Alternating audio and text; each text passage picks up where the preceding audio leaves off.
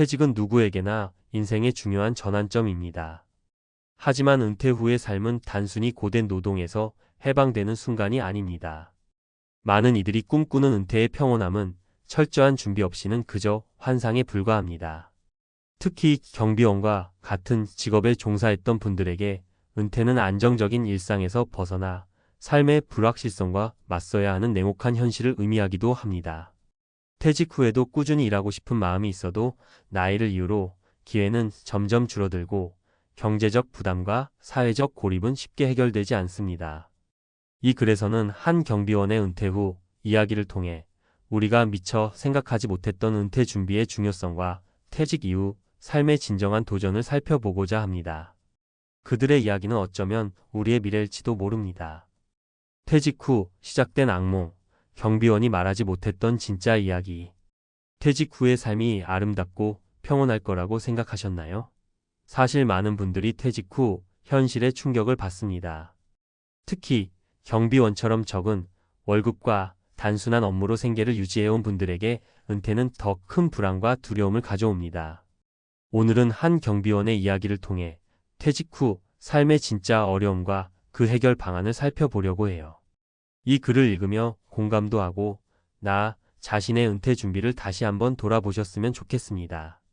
사례 1. 퇴직 후 고립. 누구도 나를 찾지 않았다. 김씨 65세는 10년간 아파트 경비원으로 일했습니다. 매일 새벽 5시에 출근해 주민들을 맞이하며 친절하게 인사하고 택배를 정리하며 하루를 보냈죠. 주민들과 가끔 나누던 짧은 대화가 김씨의 유일한 사회적 교류였습니다. 그런데 정년퇴직 후 모든 것이 바뀌었습니다. 그는 더 이상 주민들의 관심 속에 있지 않았습니다. 주변 사람들과의 교류가 없으니 하루 종일 TV만 보며 시간을 때웠고 결국 우울증 진단까지 받았습니다. 고립은 퇴직 후 삶에서 가장 흔한 문제입니다. 직장에서의 인간관계가 끊어지고 친구들과도 점점 멀어지게 되죠. 김씨 같은 사례는 누구에게나 일어날 수 있어요.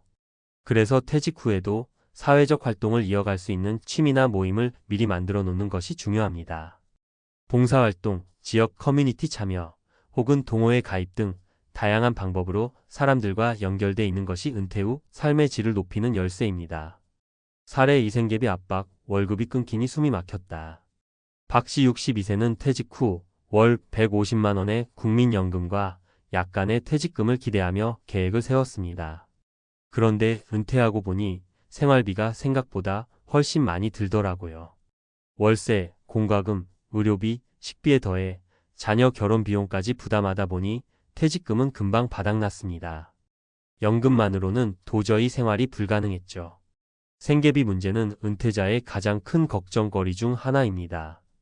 박 씨처럼 현실적인 은퇴 설계 없이 낙관적으로만 계획을 세우면 나중에 큰 어려움을 겪게 됩니다. 그래서 재취업이나 작은 소득원을 미리 만들어 두는 것이 필요합니다. 예를 들어 간단한 자격증을 따거나 소규모 창업을 준비하는 것도 좋은 방법이에요. 박 씨는 이후 동네 어린이들을 대상으로 한 소규모 학습 지도를 시작해 월 50만 원의 추가 수입을 얻으며 조금씩 숨통을 틔웠습니다. 사례 3. 건강관리 실패, 몸도 마음도 무너졌다. 이씨 68세는 경비원 생활 동안 규칙적인 생활을 했습니다. 하지만 퇴직 후 운동을 소홀히 하고 규칙적인 식습관도 깨졌죠. 매일 집에만 있다 보니 체중이 급격히 늘었고 무릎 통증과 당뇨병 증상까지 겹쳤습니다. 병원 진료비가 부담돼 치료를 미루다 보니 상태는 더욱 악화됐습니다. 퇴직 후에는 건강관리가 필수입니다.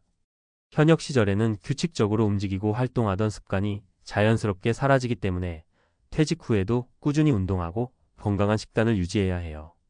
이 씨는 이후 가까운 산을 매일 산책하며 건강을 회복했고 건강 개선 프로그램을 통해 체중도 줄였습니다. 몸이 좋아지니 마음도 긍정적으로 변하더라고요. 퇴직 후 삶, 이렇게 준비하면 다릅니다. 퇴직 후의 삶은 우리 모두가 겪게 될 일이에요. 은퇴를 앞두고 있거나 이미 은퇴하신 분이라면 지금부터라도 아래 3가지를 실천해 보세요. 사회적 고립을 막는 활동 찾기. 작은 모임, 봉사활동, 취미생활 등을 통해 사람들과 계속 연결돼 있어야 합니다. 새로운 관계는 삶의 활력소가 돼요. 현실적인 재정 계획 세우기. 낙관적인 예상보다는 철저히 계산된 은퇴 설계를 준비하세요. 연금 외의 추가 소득원이나 절약 방법을 찾아보는 것도 중요합니다. 건강 유지하기.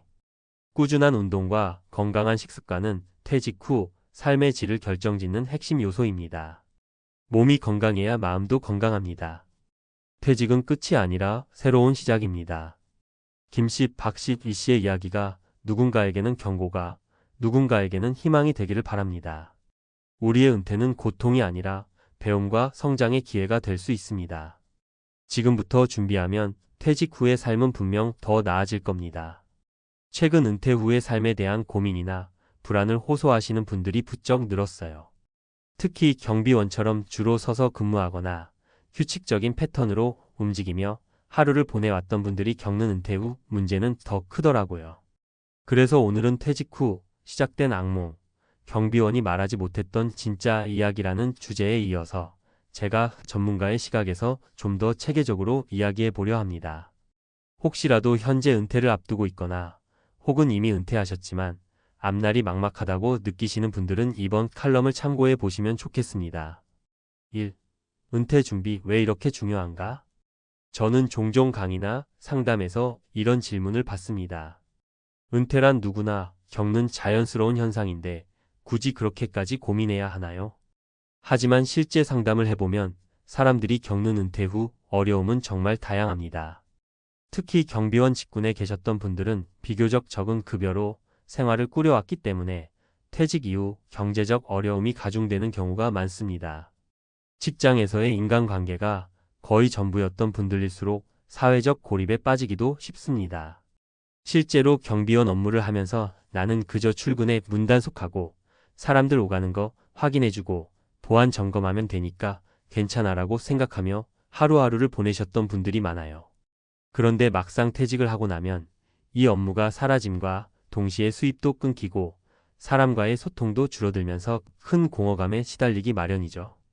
은퇴가 인생의 휴식기로만 여겨지던 시대는 지났습니다.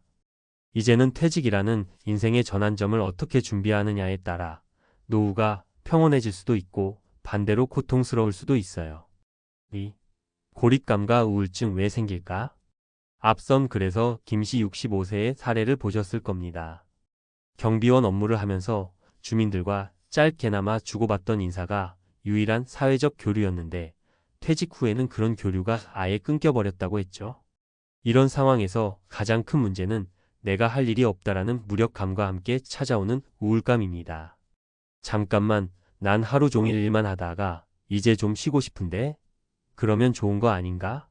라고 생각할 수도 있지만 막상 휴식의 시간이 끝없이 이어지면 자기 존재, 가치에 혼란을 느끼는 분들이 많습니다. 평생을 일해온 사람들이 갑자기 할 일이 없어지면 공허해지고 심리적으로 위축되기 쉽습니다. 친구나 가족이 곁에 있어도 본인이 나는 쓸모가 없다라고 자책하기 시작하면 주위 사람들이 아무리 위로해줘도 크게 소용이 없을 때가 많아요. 그래서 저는 정서적 유대를 만들어 나가는 것을 적극 권합니다. 동네 주민자치센터나 구청 혹은 복지관에서 운영하는 동호회나 봉사활동에 참여해보세요. 산책 모임, 탁구 모임, 심지어 시니어 창업 스터디까지 정말 다양하거든요. 이런 활동을 통해 나도 아직 뭔가를 할 수 있고 이 사회에 기여할 수 있구나라는 생각이 들게 되면 고립감과 우울증에서 한 발짝 벗어날 수 있습니다. 3. 경제적 부담 해결책은 없을까? 경비원으로 오래 일하셨던 분들 중에는 퇴직금이나 국민연금이 넉넉지 않은 분들이 많습니다. 앞서 예로 들었던 박씨 62세처럼 막상 은퇴하고 나면 월세, 관리비, 공과금, 자녀 지원 등등의 지출이 한꺼번에 몰려오죠. 어차피 젊었을 때도 아껴 살았는데 늙어서도 그냥 조금만 더 아끼면 되지 않을까? 라고 생각했다가 크게 낭패를 보기도 합니다. 그래서 저는 작게라도 제2의 일자리를 구상해 보시라고 조언드립니다. 여기서 말하는 일자리는 꼭 풀타임 근무를 말하는 게 아닙니다. 예컨대 간단한 재취업 파트타임이나 작은 가게 창업, 자격증 취득 후 강의나 컨설팅 같은 일도 가능하죠. 실제로 어떤 분은 경비원으로 퇴직한 뒤 지역 사회에서 아이들을 돌보는 방과 후 돌봄 서비스에 참여해 용돈 정도를 벌며 의미 있는 시간을 보내고 있어요. 이런 경험은 경제적 부담을 조금이나마 덜어줄 뿐만 아니라 대인관계와 자존감 회복에도 큰 도움이 됩니다. 4. 건강 문제 미루지 말아야 할 이유. 경비원으로 근무하셨던 분들은 일단 규칙적인 생활 리듬이 몸에 배어 있습니다. 그런데 문제는 퇴직과 동시에 이런 리듬이 깨진다는 거예요. 이제 좀 쉬어야지 하면서 운동이며 식단 관리며 다 내려놓아 버리면 곧장 건강이 나빠집니다. 나이가 들수록 근손실도 빨라지기 때문에 운동을 계속하지 않으면 관절 문제나 성인병이 금방 찾아옵니다. 이시 68세의 사례처럼 몸이 건강해야 마음도 덜 지치게 됩니다. 퇴직 후에도 꾸준히 산책하거나 가벼운 헬스, 요가, 수영 등을 하는 습관을 들여보세요. 저는 실제로 70대 어르신 중에도 매일 10,000보씩 걷고 소식으로 건강을 유지하시는 분들을 자주 뵙습니다. 전혀 어려운 일이 아니에요. 시간을 쪼개어 하루 한두 시간만 투자해도 충분히 성과를 보실 수 있습니다. 5. 노후 준비 언제부터 시작해야 할까? 제가 칼럼을 쓸 때마다 가장 많이 듣는 질문이 바로 이겁니다. 그럼 노후 준비는 언제부터 시작해야 해요? 결론부터 말씀드리면 지금 당장입니다. 나이에 상관없이 현재 직장에서 근무 중이든 아니든 이미 은퇴했든 아니든 노후 준비는 빠르면 빠를수록 좋습니다. 특히 경비원과 같은 직업에서 언젠가 퇴직이 다가올 것을 알면서도 소득이나 경력이 제한적이다 보니 막연히 나중에 어떻게 되겠지라고 넘기는 경우가 많습니다. 그러나 가장 중요한 건 내가 할 수 있는 일이 무엇인지, 내가 앞으로 어떻게 살아가고 싶은지를 스스로 점검해 보는 겁니다. 그리고 그 미래를 위해서 최소한의 예산과 활동 계획을 세우는 게 꼭 필요해요. 6. 구체적인 실행 전략. 그렇다면 구체적으로 어떻게 해야 할까요? 제가 상담 현장에서 자주 권하는 방법을 몇 가지 알려드릴게요. 현재 재정 상태 점검하기. 통장 잔고, 부채, 정기 지출 항목 등을 먼저 정리해 보세요. 놀라울 정도로 현실이 명확해집니다.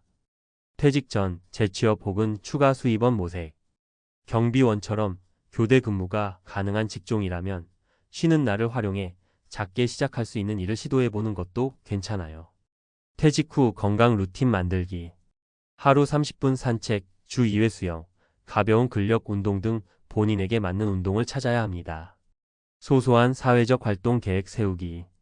복지관이나 주민센터에서 운영하는 동호회, 봉사단체를 찾아보세요. 처음엔 낯설고 어색해도 조금만 익숙해지면 큰 힘이 됩니다. 자존감 회복 프로젝트. 나는 더 이상 역할이 없다는 생각을 버리세요. 누구나 인생 경험이 있고 그 경험을 나눌 수 있습니다. 이를테면 경비원 업무에서 익힌 예절과 상황 대처법을 동네 어린이들에게 알려주는 것도 훌륭한 봉사가 될 수 있어요. 7. 전문가가 본 경비원 은퇴의 의미. 경비원으로 10년, 20년씩 일하신 분들을 뵈면 참 성실하고 꼼꼼하게 살아오셨다는 느낌을 많이 받아요. 이분들이 은퇴 후 맞닥뜨리는 벽은 내가 뭘 더 할 수 있을까? 라는 두려움인 경우가 대부분입니다. 그러나 제가 보기엔 그간 쌓아온 삶의 경험과 노하우가 분명 있습니다. 인간관계가 잘 없었다고 말씀하실지라도 매일 주민들을 상대하며 어르신에서부터 아이들까지 폭넓게 대화해 본 적이 있으시잖아요. 그 자체가 이미 소중한 자산입니다. 그러니 은퇴가 절대 인생의 끝이 아니라는 점을 꼭 기억하셨으면 좋겠어요. 물론 퇴직금을 받고 나서야 정신을 차리는 경우가 많지만 늦었다고 생각할 때가 사실 가장 빠른 때라는 말도 있으니까요. 지금부터라도 내가 잘할 수 있는 일, 내가 재능과 경험을 나눌 수 있는 일을 찾아보는 용기가 필요합니다. 8. 마무리하며. 마지막으로 혹시 이 글을 읽으시는 분들 중에서 이미 우울감이나 무기력증으로 힘들어하시는 분들이 계시다면 주저하지 말고 주변에 도움을 요청하세요. 가까운 복지관, 노인상담센터 혹은 정신건강복지센터에서도 많은 도움을 받을 수 있습니다. 그리고 혼자서 이겨내야 한다는 생각에 매몰되지 않으셨으면 좋겠어요. 인생의 후반부는 결코 단순히 일을 하지 않는 시기가 아닙니다. 일을 어떤 방식으로 정의하느냐가 중요해요. 누군가는 취미 활동을 통해 나는 창작을 하는 중이야 라고 말할 수도 있고, 누군가는 봉사활동으로 나는 아직도 누군가를 돕고 있어 라고 말할 수도 있습니다. 분명한 건 우리가 태어난 이상, 그리고 살아가는 이상 누구나 가치 있는 일을 할 수 있다는 거예요. 경비원으로 수십 년을 성실하게 살아오신 분들이 은퇴를 앞두고 막막함을 느끼는 건 어찌 보면 당연한 현상입니다. 하지만 그 막막함을 어떻게 받아들이느냐에 따라 내일이 완전히 달라질 수 있어요. 은퇴 준비는 남의 이야기가 아니라 바로 나의 이야기입니다. 이 칼럼을 통해 많은 분들이 조금이라도 용기를 얻으시길 진심으로 바랍니다. 저 또한 앞으로 더 많은 분들과 이런 이야기를 나누며 함께 길을 찾아가고 싶습니다. 오늘 칼럼은 여기까지입니다. 다음에도 여러분의 고민과 궁금증을 바탕으로 유익한 노후 준비 정보 가지고 찾아오겠습니다. 긴 글 읽어주셔서 진심으로 감사드립니다. 칼럼 정리. 은퇴 후 삶은 철저한 준비가 없으면 악몽이 될 수 있다.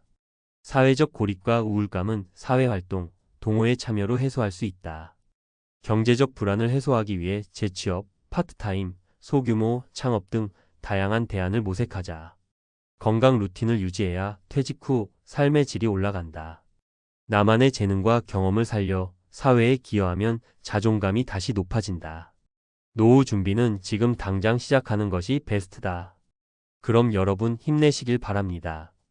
언제든지 궁금한 점이 있으시면 전문가의 조언을 적극적으로 찾아보세요.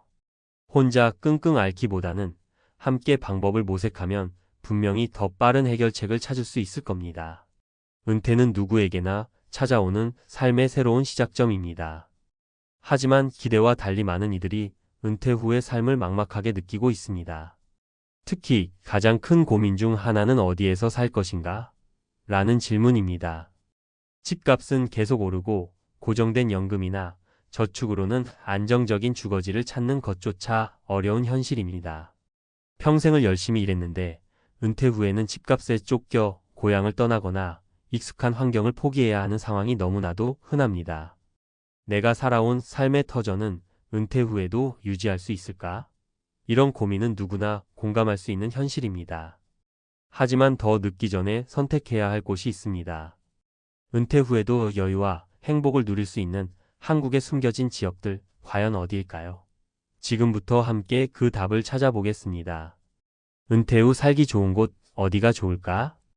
은퇴 후의 삶은 누구에게나 새로운 시작입니다.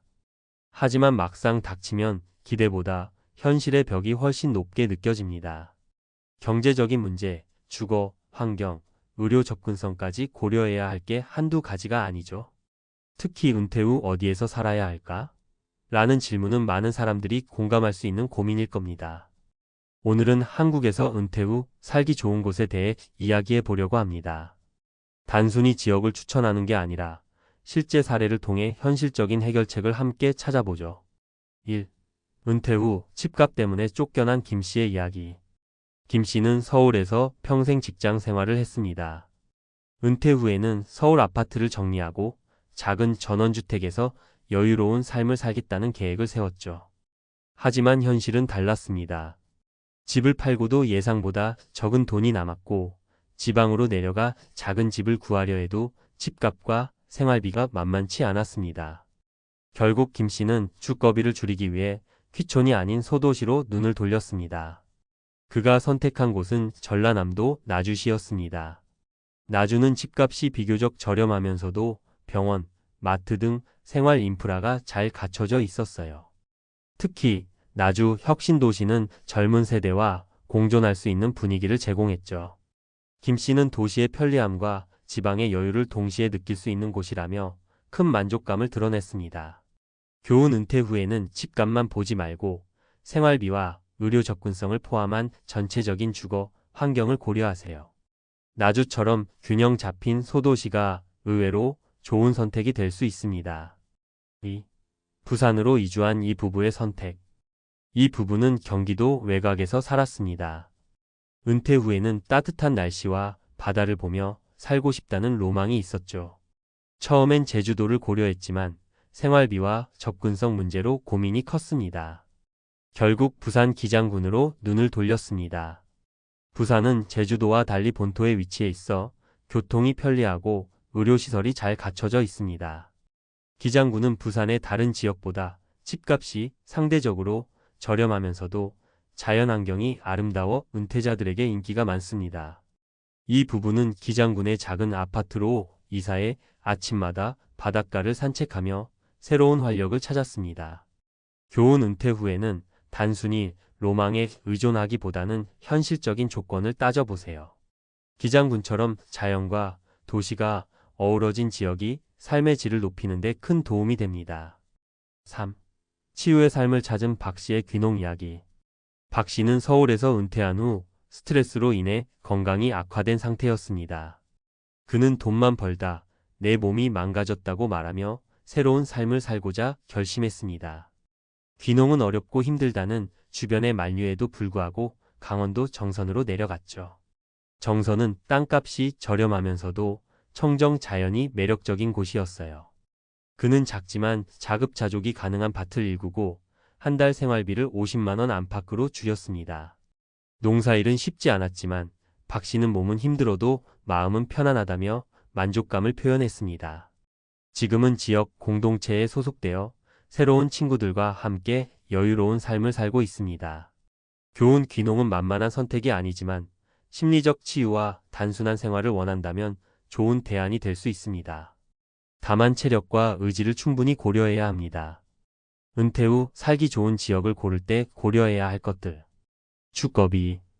집값이 부담된다면 소도시나 지방을 고려하세요. 서울처럼 집값이 비싼 곳에서는 연금을 쪼개 쓰기 어렵지만 나주나 순천처럼 상대적으로 저렴한 곳에서는 더 여유로운 삶이 가능합니다. 의료 접근성. 나이가 들수록 병원과 가까운 곳에 사는 게 중요합니다. 지방에서도 종합병원이 있는 도시는 의료 문제를 해결하기 수월합니다. 생활 인프라. 단순히 한적한 곳을 찾기보다는 마트, 대중교통 등 생활에 필요한 인프라가 갖춰진 곳인지 확인하세요. 공동체. 은퇴 후에는 사람들과의 교류가 중요합니다. 외로움을 느끼지 않도록 지역 공동체 활동이 활발한 곳을 선택하세요. 마무리. 은퇴 후에도 새로운 삶을 꿈꿔라. 은퇴 후 삶은 끝이 아니라 새로운 삶의 시작입니다. 나주의 균형 잡힌 환경, 부산 기장군의 여유로운 바닷가, 강원도 정선의 치유의 공간처럼 각자의 삶에 맞는 최적의 장소를 찾는다면 은퇴 후에도 활기차고 만족스러운 삶을 살 수 있습니다. 중요한 건 단순히 로망이나 감정에 치우치지 말고 현실적이고 장기적인 관점에서 지역을 선택하는 것입니다.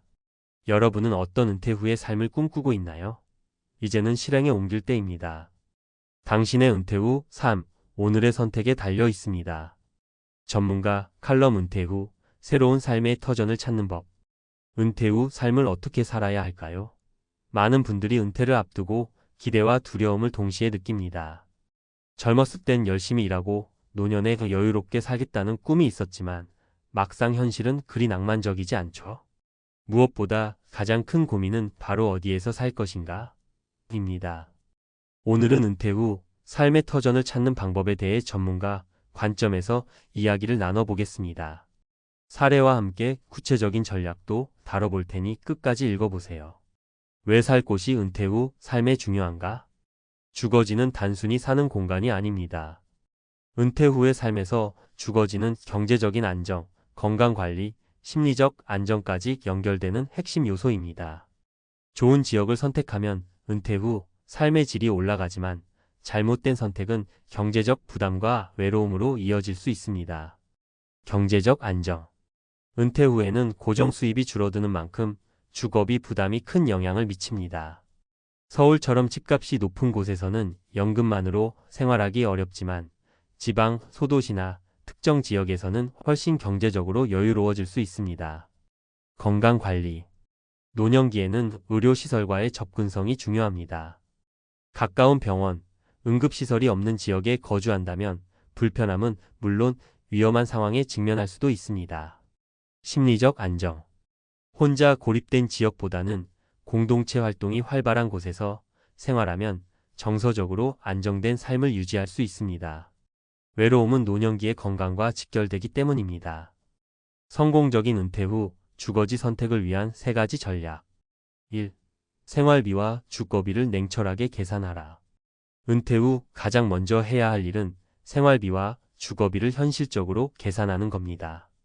연금과 저축으로 충당할 수 있는 월 예산을 파악하고 이에 맞는 지역을 찾아야 합니다. 사례. 김 씨는 은퇴 후 나주로 이주해 아파트를 구입했습니다. 나주는 서울에 비해 집값이 훨씬 저렴하고 공공시설도 잘 갖춰져 있었습니다. 김 씨는 서울에서 작은 원룸을 유지하느니 나주에서 넓은 아파트를 사는 게 훨씬 경제적이었다고 말합니다. 실제로 그는 월 생활비를 30% 이상 줄일 수 있었습니다. 팁. 지역별 평균 집값과 생활비를 비교하고 주거와 생계가 모두 가능한 지역을 선택하세요. 2. 의료시설 접근성을 확인하라. 노년기에는 작은 병원 한 곳만으로는 부족합니다. 종합병원이나 전문 의료시설이 가까운 지역을 선택해야 응급 상황에도 대비할 수 있습니다. 사례. 부산 기장군으로 이사한 이 부부는 의료 접근성을 최우선으로 고려했습니다. 기장군은 부산 대도시와 가까워 응급 상황에서도 대형 병원에 쉽게 갈 수 있습니다. 또한 동네 병원과 약국이 많아 사소한 건강 문제도 빠르게 해결할 수 있었죠. 팁. 새로 이주하려는 지역의 주요 병원이나 응급의료시설이 얼마나 가까운지 반드시 확인하세요. 3. 공동체와의 연결성을 중시하라. 은퇴 후의 고립감은 건강을 해치고 삶의 질을 낮추는 주요 원인입니다. 혼자 있는 시간을 줄이고 지역 커뮤니티에 적극 참여할 수 있는 환경을 만드는 게 중요합니다. 사례. 강원도 정선으로 귀농한 박 씨는 농사일뿐만 아니라 지역 공동체 활동에 참여하며 새로운 인생을 찾았습니다. 귀농은 혼자 하면 외롭지만 지역 주민들과 교류하며 함께 일하니 마음의 여유가 생겼다고 박 씨는 말합니다. 지금은 지역 농산물 협동조합의 일원으로 활동하며 친구들과 여유로운 시간을 보내고 있습니다. 팁. 커뮤니티 활동이 활발한 지역인지 동아리나 모임에 참여할 기회가 있는지 살펴보세요. 은퇴 후 살기 좋은 지역을 찾을 때 주의할 점. 로망에 치우치지 말라. 따뜻한 날씨와 아름다운 풍경만 보고 지역을 선택하면 실망할 가능성이 큽니다. 제주도처럼 매력적인 곳도 생활비와 물가를 고려하지 않으면 경제적 부담이 클 수 있습니다. 가족과의 거리도 고려하라. 은퇴 후에는 자녀나 손주들과의 교류도 중요한 요소입니다. 너무 먼 지역에 살면 왕래가 어려워지고 외로움을 느낄 수 있습니다. 시범 거주를 해보라. 새로운 지역으로 이사하기 전에 한두 달 정도 임시로 살아보는 것도 좋은 방법입니다. 직접 생활해보면 그 지역의 장단점을 더 명확히 알 수 있습니다. 마무리. 은퇴 후 삶은 선택에서 시작된다. 은퇴 후 삶은 우리가 내리는 선택에 따라 천국이 될 수도 지옥이 될 수도 있습니다. 서울이나 수도권만 고집할 필요는 없습니다. 지방에도 충분히 매력적이고 실속 있는 지역들이 많습니다. 중요한 건 내 상황에 맞는 선택입니다. 경제적인 여유, 건강관리, 그리고 심리적 안정까지 모두 고려해 나만의 새로운 삶의 터전을 찾아보세요. 이 글이 여러분의 은퇴 후 삶을 설계하는 데 작은 도움이라도 되었길 바랍니다. 이제 여러분은 어떤 선택을 하실 건가요? 지금 바로 실행에 옮겨보세요. 여러분의 은퇴 후 삶은 오늘 내리는 선택에서 시작됩니다. 조기 은퇴라는 단어는 누구에게나 매력적으로 들리죠. 회사에 지친 몸과 마음을 벗어나 여유로운 노후를 누릴 수 있을 것만 같으니까요. 그런데 현실은 생각만큼 쉽지 않습니다. 5억이라는 꽤나 큰 돈이 있어도 어느새 바닥을 보이는 통장 잔고, 예상치 못한 지출과 달라진 일상. 준비가 부족하면 꿈꿨던 자유로운 은퇴 생활이 한순간에 배신처럼 느껴질 수도 있습니다. 이번 이야기를 통해 우리가 흔히 놓치고 있는 은퇴 계획의 함정과 그 뒤에 찾아오는 진짜 현실을 함께 살펴보려고 합니다. 여러분은 조기 은퇴라는 말만 들어도 설레고 왠지 모르게 가슴이 뻥 뚫리는 느낌이 들지 않으세요? 아무리 직장 생활이 힘들다 하더라도 그래도 퇴직 후엔 여유로운 생활을 할 수 있겠지 하는 희망 같은 게 있잖아요. 그런데 막상 퇴직 후 현실을 겪어보면 예상치 못한 지출의 수입도 예전 같지 않고 시간이 흘러갈수록 통장 잔고가 빠르게 줄어들면서 불안감이 확 들기 시작합니다. 심지어 퇴직 직후에는 여유롭게 살 만큼이나 남아있던 돈이 어느 날 문득 계산기를 두드려 보니 어라, 이거 언제 다 썼지? 라는 생각이 들 정도로 빠르게 바닥을 보일 수도 있어요.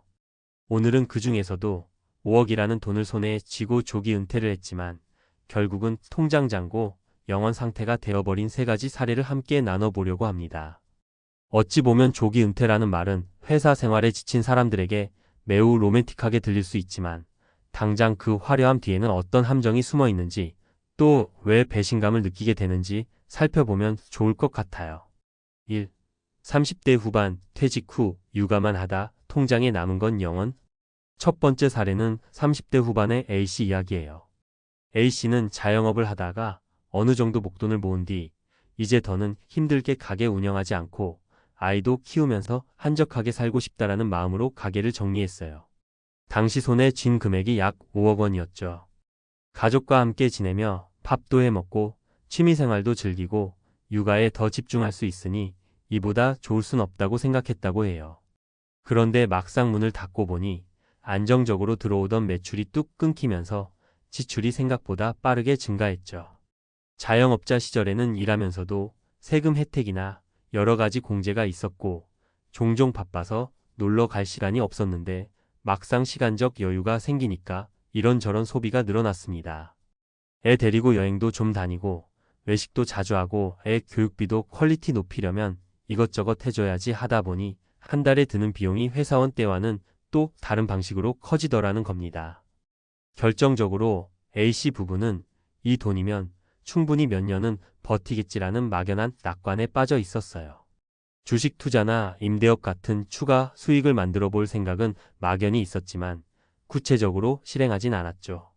그런데 해마다 인플레이션이며 아이가 자라면서 드는 추가 교육비, 그리고 갑자기 생긴 병원비까지 여러 돌발 상황이 겹치니 34년 만에 통장에 남아있던 여유 자금이 거의 바닥을 보였습니다. 그러다 보니 A씨는 남들처럼 재취업을 시도하거나 다시 자영업을 하려고 해도 이미 업계는 예전과는 판도가 달라져 버려서 쉽지 않았어요.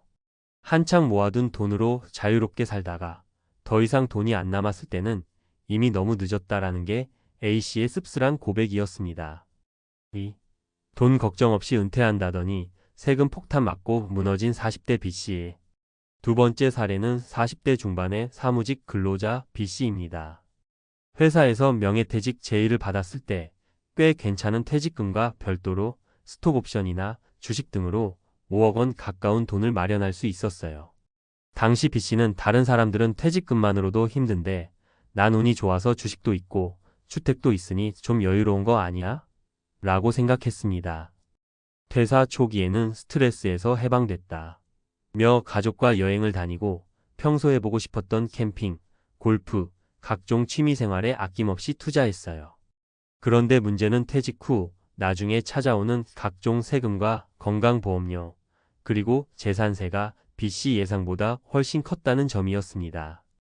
회사에 다닐 때는 급여에서 자동으로 빠져나가는 세금과 보험료가 크게 와닿지 않았는데 이제는 직접 고지서를 받아보니 그 금액이 만만치 않더라는 거죠. 게다가 한번 소비 패턴이 퇴직자의 여유에 맞춰 올라가다 보니 그걸 다시 낮추기가 생각처럼 쉽지 않았습니다. 소비가 습관이 되면 줄이는 데도 시간이 걸리잖아요. B씨도 조금씩 줄여보려 노력했지만 이미 부부가 취미의 맛을 들인 뒤라서 마음대로 안 됐다고 해요. 결국 5억이라는 돈이 매우 단단한 버팀목인 줄 알았는데 부동산 세금, 주식 양도세, 각종 생활비, 가족 이벤트 등으로 예상보다 훨씬 빨리 사라져버렸습니다. B씨 스스로 말하기를 조기 은퇴도 좋지만 돈을 쓰는 시점과 방식, 그리고 세금이 얼마나 나갈지를 미리 알았더라면 이렇게까지 힘들진 않았을 것이라는 후회를 남겼습니다. 3. 어머니가 50대 중반에 조기 퇴직 자식이라도 막아드릴 걸 그랬어요. 마지막 사례는 20대 후반의 직장인 C씨가 직접 겪은 가족 이야기예요. C씨의 어머니는 50대 중반쯤 다니던 직장에서 조기 퇴직을 결심하셨습니다. 30년 가까이 한 직장에서 근무하시면서 어느 정도 퇴직금과 적금, 그리고 투자로 모아둔 돈이 약 5억 정도 있었대요. 처음에는 이 정도면 집 대출도 조금씩 갚아나가며 충분히 노후를 보낼 수 있겠다며 긍정적으로 시작하셨죠. 문제는 퇴직 후에 예상치 못한 곳에서 터져나온 의료비였어요. 어머니가 갑자기 무릎이 안 좋아져서 수술을 받게 됐고 이후 재활치료가 길어지면서 큰 비용이 들었습니다. 의료보험 적용받으면 얼마 안 되겠지? 라고 생각했지만 막상 본인 부담금과 추가적인 치료비, 간병비, 그리고 일시적으로 다른 가족이 일을 쉬어야 하는 상황에 놓이니 지출이 눈덩이처럼 불어났어요. 게다가 집 대출이 계속 남아있어서 기존에는 월급에서 조금씩 원리금을 갚아나가면 됐던 것이 이제는 전적으로 모아둔 돈에서 빠져나가야 하죠. 그뿐만 아니라 생각보다 일상생활 속에서 이 부분도 돈이 드네? 하는 요소들이 계속해서 튀어나왔답니다. 예컨대 세입자를 끼고 있던 아파트를 하나 더 갖고 계셨는데 그 세입자가 갑자기 나가버려서 한동안 공실 상태가 되었고 월세 수입이 끊기니 예측했던 수익 구조가 와르르 무너지기도 했죠. 결국 1년 반 만에 모아둔 5억 중 상당 금액을 소진해버렸고 이제 어머니는 건강 문제가 조금 나아지자마자 다시 일자리를 알아봐야 하는 상황에 놓이셨다고 해요. C씨는 어머니가 12년만 더 버티셨다면 혹은 아예 투자나 재테크에 좀 더 신중했더라면 하는 후회를 씁쓸하게 털어놓았습니다. 조기 은퇴 후 찾아오는 배신감 왜 이렇게 많이 생길까? 세 가지 사례를 보면 5억이라는 금액이 어마어마하게 큰 돈처럼 보이지만 실제로 쓰기 시작하면 생각보다 얼마 못 가서 줄어든다는 공통점이 있어요. 가장 큰 이유는 수입이 제한적인 상황에서 지출이 계속되는 구조를 간과했기 때문이죠. 회사에 다닐 때나 자영업을 할 때는 매달 또는 일정 주기로 급여나 매출이 들어오지만 퇴직 후에는 이런 안정적인 현금 흐름이 사라집니다. 그 상태에서 기존 수준의 생활비를 유지하거나 오히려 시간적 여유로 취미나 여가를 늘리게 되면 당연히 지출은 커지기 마련이죠.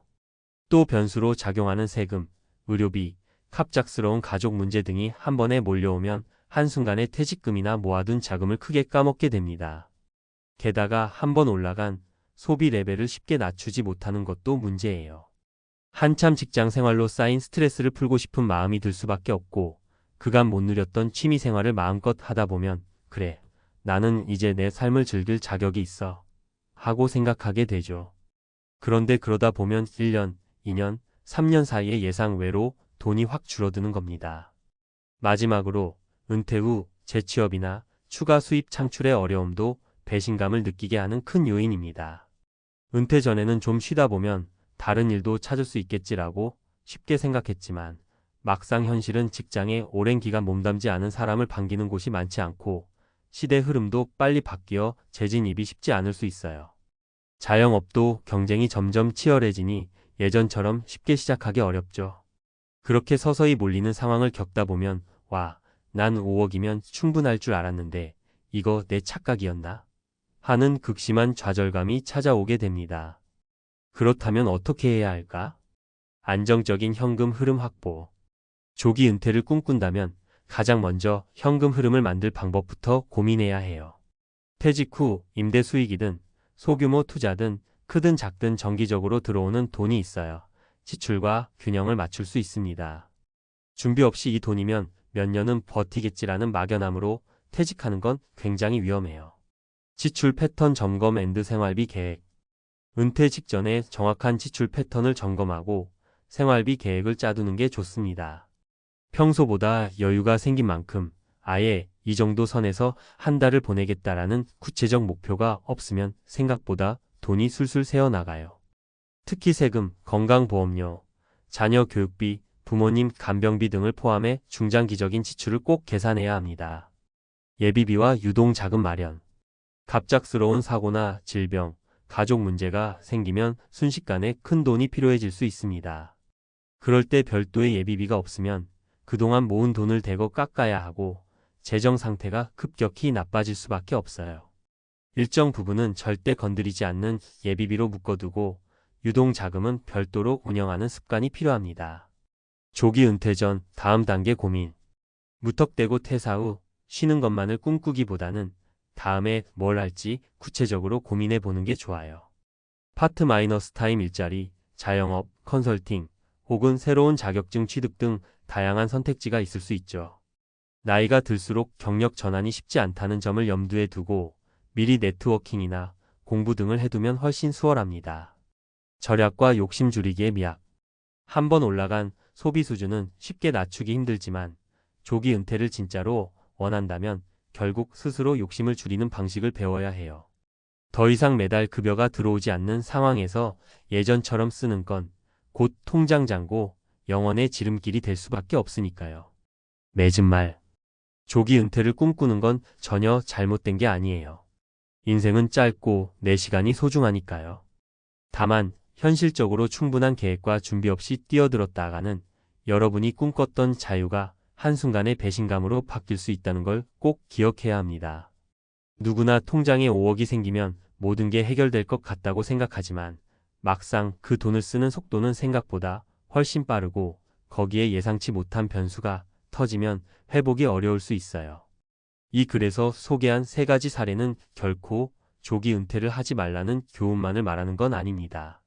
오히려 조기 은퇴가 더 간절하다면 어떤 리스크가 있는지 미리 파악하고 장기적인 재정 플랜을 꼼꼼히 세우며 소비와 삶의 방식을 재정비해야 한다는 메시지죠.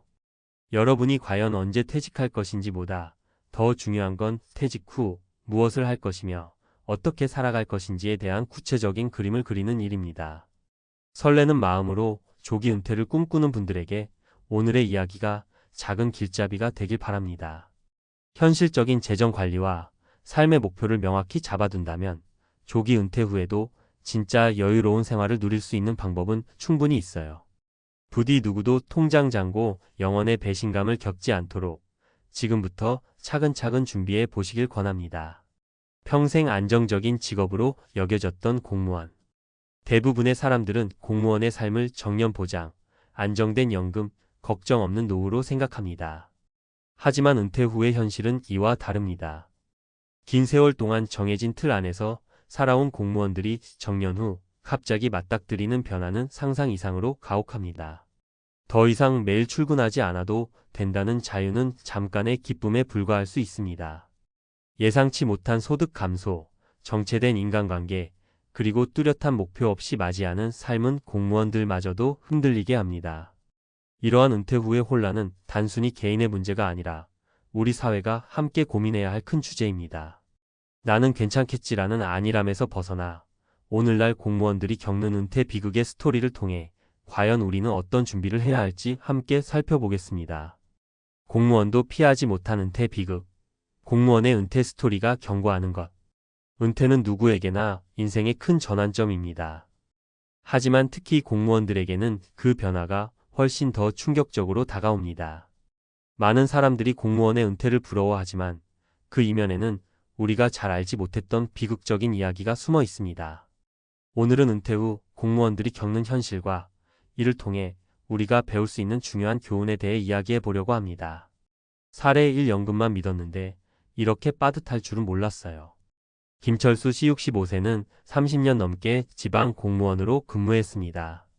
정년퇴직을 하며 연금이 나오니 경제적으로 걱정 없을 거라 생각했습니다. 하지만 현실은 달랐습니다. 매달 받는 연금이 생각보다 적었고 고정적으로 나가는 생활비, 의료비, 그리고 자녀들의 경제적 지원 요청까지 겹쳐 금세 빠듯해졌습니다. 공무원 연금은 안정적이라 생각했어요. 그런데 집값이 오르고 물가도 올라가니 연금으로는 생활이 빠듯하더라고요.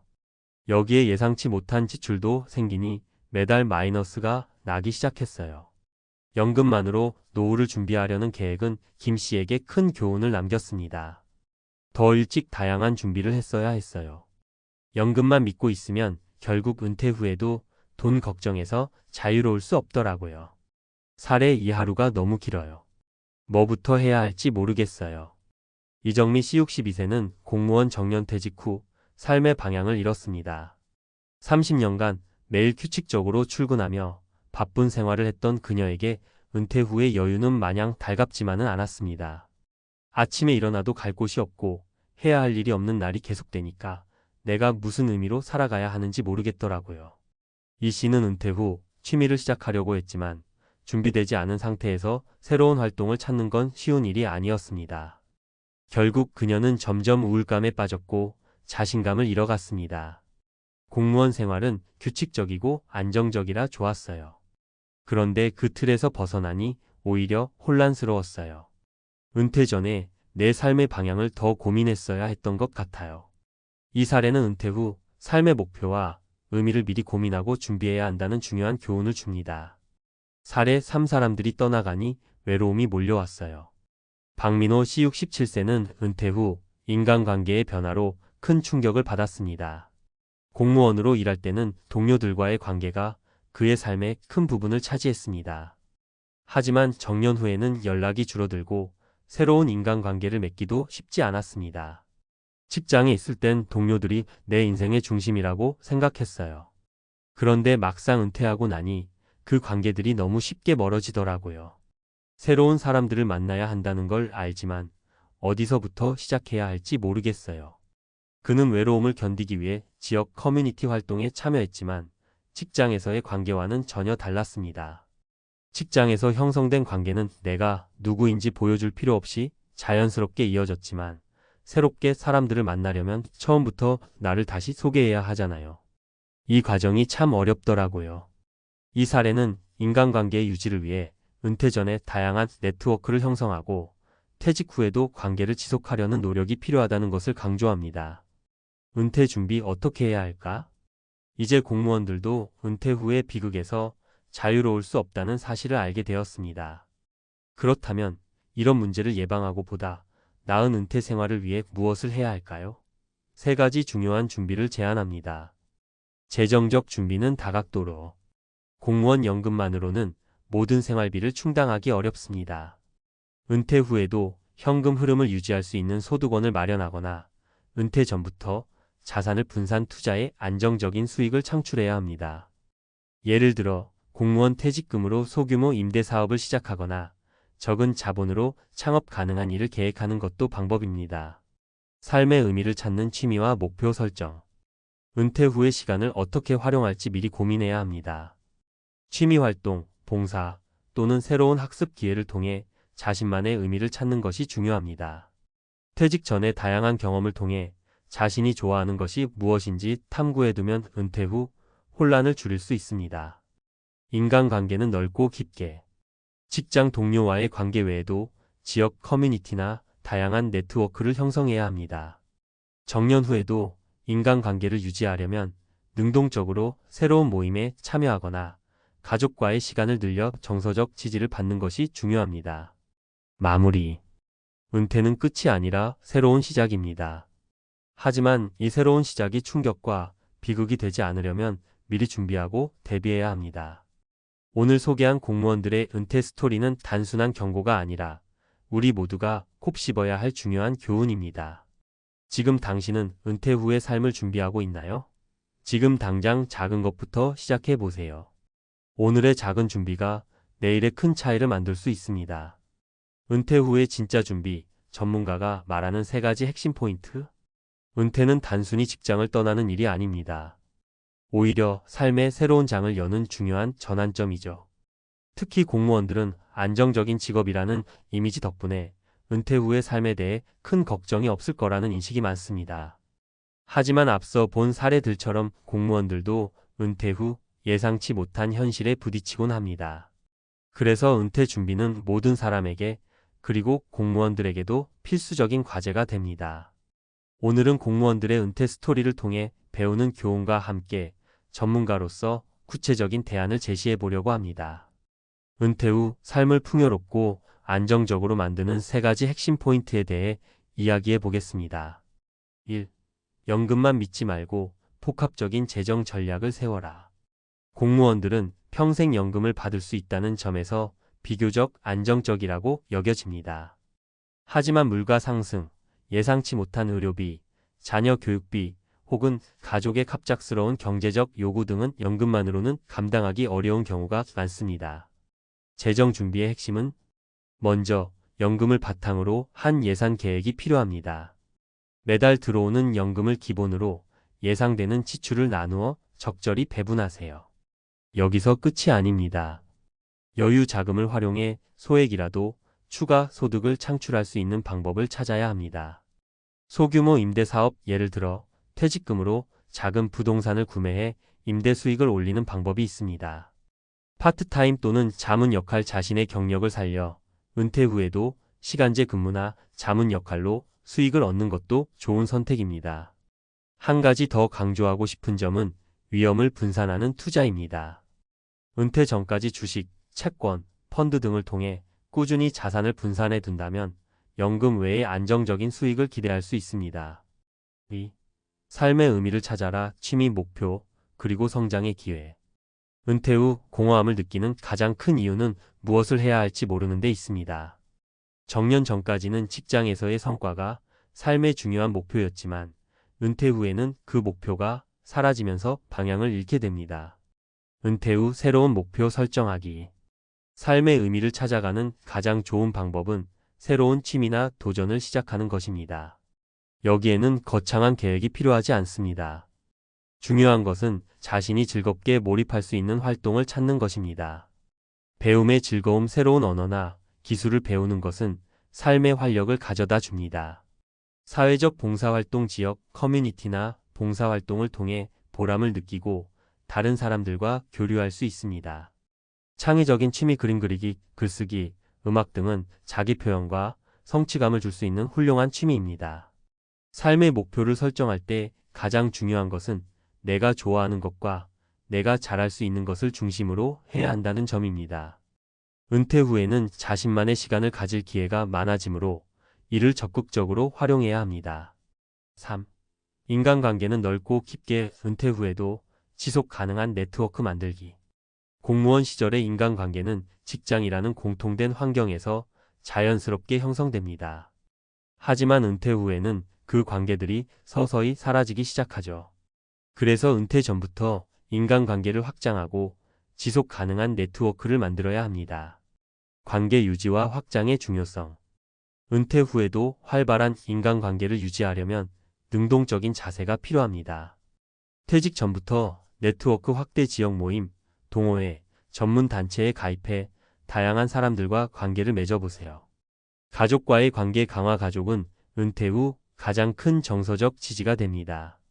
자녀와 손주와의 시간을 늘려 정서적 안정감을 얻으세요. 온라인 네트워크 활용. 요즘은 SNS나 온라인 커뮤니티를 통해 같은 관심사를 가진 사람들과 쉽게 연결될 수 있습니다. 특히 은퇴 후에는 나이에 상관없이 새로운 친구를 사귈 기회가 많습니다. 중요한 건 스스로 관계를 열어가는 자세입니다. 전문가의 조언. 준비는 지금부터 시작하라. 공무원의 은퇴 비극은 단지 공무원들에게만 국한된 이야기가 아닙니다. 이는 누구나 겪을 수 있는 문제이고 지금의 준비 여부에 따라 결과는 크게 달라질 수 있습니다. 재정적 준비는 안정적인 노후의 기본입니다. 연금 외에도 다양한 소득원을 만들어 두세요. 삶의 의미를 찾아가는 여정을 멈추지 마세요. 은퇴는 끝이 아니라 새로운 시작입니다. 인간관계를 확장하고 유지하세요. 사람은 혼자서 살아갈 수 없는 존재입니다. 이 글을 읽는 여러분도 은퇴를 앞두고 있다면 오늘부터 작은 준비를 시작해보세요. 작은 변화가 나중에 큰 차이를 만들어낼 겁니다. 은퇴는 충격이 아닌 축복이 될 수 있습니다. 준비된 사람에게는 말이죠. 오늘 하루의 준비가 내일의 인생을 바꿀 수 있다. 이 말을 마음속에 새기고 더 나은 은퇴를 위해 지금 바로 실천해 보시길 바랍니다. 누구나 퇴직 후에는 휴식과 자유를 꿈꾸지만 현실은 기대만큼 달콤하지 않을 때가 많습니다. 안정적으로 보였던 자산마저 순식간에 무너지고 남은 삶의 방향까지 잃어버리는 순간이 찾아오면 마치 나 자신을 잃어버린 것 같은 허탈함이 밀려오죠. 오늘 이야기에서는 10억이라는 결코 적지 않은 금액을 가지고도 은퇴 후에 몰락해버린 한 사람의 생생한 경험을 통해 우리가 놓쳤던 은퇴 준비의 진짜 핵심이 무엇인지 함께 생각해 보려고 합니다. 안녕하세요.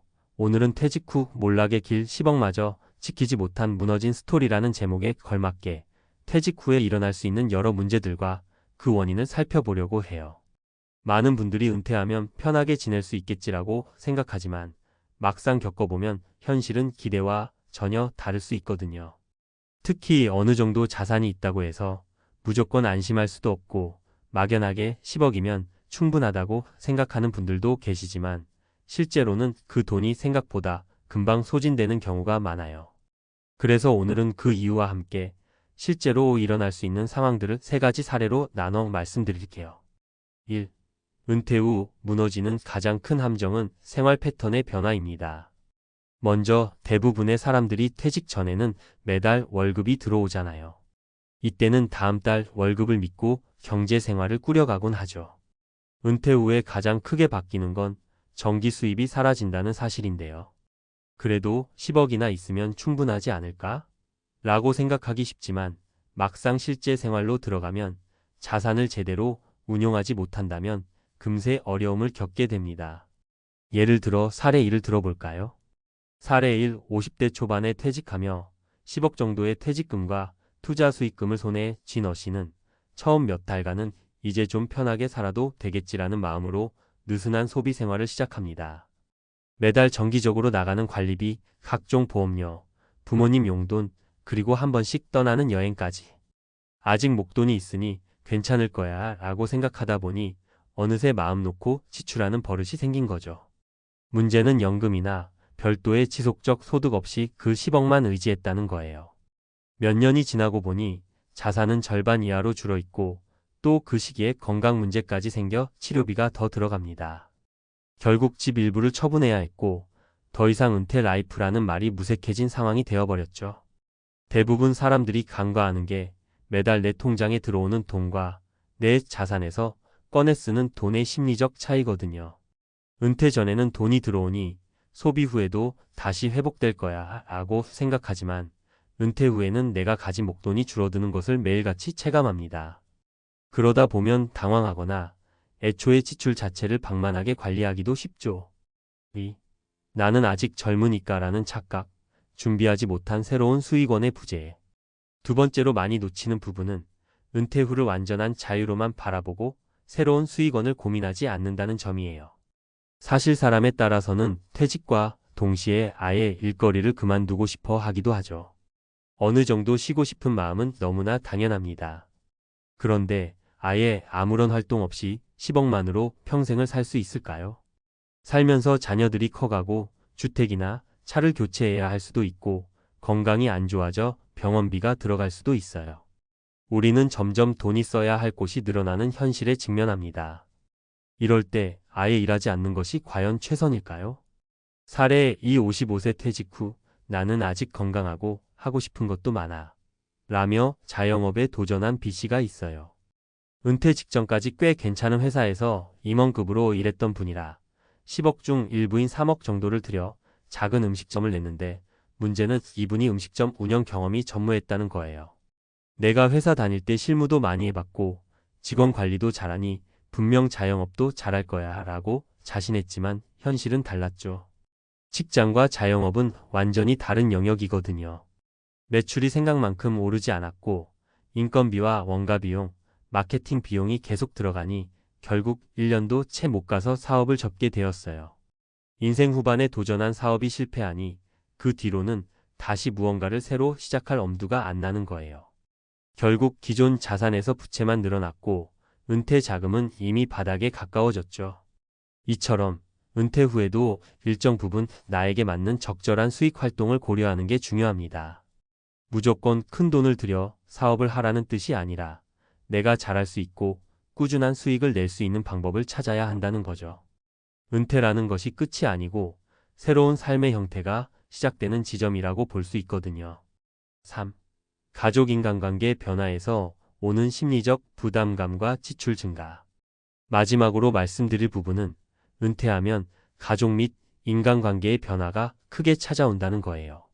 그동안 직장에서 뒷바라지하며 바쁘게 지낸 분들은 집안에서의 역할 변화가 갑작스럽게 찾아오면 적잖이 당황합니다. 어디까지나 단순 예시이긴 하지만 이런 식으로 문제들이 생길 수 있어요. 사례 3. 60세의 공무원으로 명예퇴직하고 10억 조금 넘는 자산을 갖게 된 C씨가 있습니다. 처음에는 편히 쉬고 부인과 여행도 다니고 손주도 보고 이런 꿈을 꾸었죠. 그런데 막상 은퇴를 하고 보니 부인이 평소엔 당신 회사가 있어야 나도 편하다라는 말을 농담처럼 했던 게 사실이었더라고요. 서로 24시간 한 집에서 붙어 있다 보니 부부 갈등도 잦아졌고 아들이 경제적으로 어려움을 겪자 생활비를 자주 지원하게 됐어요. 게다가 손주 돌봄 비용이며 갑작스럽게 발생하는 경조사비 등 생각보다 훨씬 많은 지출이 발생했습니다. 평소에 알지 못했던 가정 내돈 문제들이 한꺼번에 몰려오니 그 스트레스가 상당한 거예요. 원래 계획하던 해외여행도 미루게 되고 부부 사이도 서먹서먹해졌습니다. 은퇴 전과 달리 이제 돈이 더 이상 들어오지 않는데 나만 쓰기에는 미안한 마음이 계속 들었고 그러다 보니 부인이나 자녀, 손주들에게 더욱 경제적으로 지원해 주려고 애쓰게 됐죠. 결과적으로 5년이 채 지나기도 전에 자산은 눈에 띄게 줄었고 심리적으로도 여기서 더 나빠지면 어쩌지? 하는 불안감이 커지면서 부부 갈등이 심해졌습니다. 결국 상의 끝에 일부 집을 담보로 대출을 받았고 그것마저도 나중엔 허덕이게 되는 상황으로 이어졌어요. 가족이나 인간관계 문제는 돈으로 명확히 해결할 수 없는 영역이기에 제대로 된 계획 없이 닥쳐오면 상당한 부담감이 생기게 됩니다. 내가 왜 이러려고 은퇴를 했지? 라는 자괴감에 빠질 수도 있고요. 4. 그렇다면 어떻게 해야 할까? 여기까지 3가지 사례로 은퇴 후 벌어질 수 있는 몰락의 길을 살펴봤는데요. 그렇다고 해서 은퇴는 절대 하지 마라. 라는 극단적인 결론으로 가기보단 앞으로 남은 삶을 좀 더 현명하게 설계하는 게 중요하다고 봅니다. 이를 위해 몇 가지 팁을 드려볼게요. 지출 구조 파악 그리고 재설계. 은퇴 직후에는 우선 내가 매달 쓰는 돈이 정말 얼마인지부터 철저히 파악해야 해요. 주거비, 교통비, 식비, 보험, 각종 공과금, 그리고 용돈이나 레저 비용 등등 내가 매달 필수로 써야 하는 금액이 얼마인지 선택적으로 줄일 수 있는 항목이 무엇인지 정확히 알아두면 훨씬 부담이 줄어듭니다. 10억이 있으니 괜찮겠지라는 막연한 낙관이 아니라 은퇴 기간을 최소 2030년 길게는 40년까지 염두에 두어야 해요. 은퇴 후 12년은 괜찮더라도 10년, 20년 뒤를 생각하면 훨씬 다른 그림이 그려지거든요. 안전한 수익원 확보. 퇴직금이나 모아둔 자산을 한 번에 투입해서 한 방을 노리는 건 매우 위험해요. 노후 자금이 한순간에 사라질 수 있으니까요. 차라리 은행 이자율이 낮더라도 예적금이나 채권, 배당주처럼 비교적 안정적인 투자처를 분산 운영하는 게 좋습니다. 혹은 수익형 부동산 투자처럼 꾸준히 임대료가 나오는 자산이 있다면 어느 정도 도움이 될 수 있겠죠. 하지만 이마저도 무리한 대출을 끼고 레버리지를 일으키는 건 리스크가 크니 반드시 여러 시나리오를 검토하고 진행해야 합니다. 가능하다면 자신이 정말 잘할 수 있는 작은 일거리나 재택근무 같은 것도 적극적으로 찾아보세요. 요즘은 디지털 시대이기 때문에 온라인 강의나 컨설팅, 블로그나 유튜브 같은 플랫폼을 활용해 소소한 수익을 낼 수도 있거든요. 가족 및 주변인과의 소통. 은퇴 후 갑작스러운 가족 갈등 혹은 인간관계 문제가 생기는 건 서로 기대하는 역할이 달라져서 그런 경우가 많습니다. 내 입장에선 이제 쉬고 싶다지만 가족 입장에선 당신이 쉬니까 이것도 해주고 저것도 해주면 좋겠다고 생각할 수 있거든요. 가장 좋은 방법은 사전에 대화를 많이 해두는 거예요. 퇴직 후에 내가 어떻게 시간을 쓰고 싶은지, 경제적으로 어떤 기여를 할 수 있고 어느 부분은 어려운지 등을 서로 오픈해놓고 이야기하면 갈등이 생길 확률을 크게 줄일 수 있습니다. 그리고 혹시라도 자녀나 주변 사람들에게 경제적 지원을 해야 하는 상황이 온다면 무조건적으로 주기보단 상대방과 함께 재무 계획을 세워보는 것도 방법이에요. 내가 얼마까지 도울 수 있고 그걸 어떤 방식으로 지원할 것인지를 명확히 합의해두면 내 자산을 지키면서도 관계를 덜 해치고 갈 수 있죠. 5. 몰락하지 않는 은퇴를 위해 필요한 마음가짐. 끝으로 몰락하지 않는 은퇴를 위해선 나 자신이 먼저 바뀌는 게 중요합니다. 직장에서 열심히 일해온 기간이 2030년 이상인데 갑작스레 모든 일에서 손을 놓고 쉰다고 해서 그 시간이 정말 풍요롭기만 한 건 아니거든요.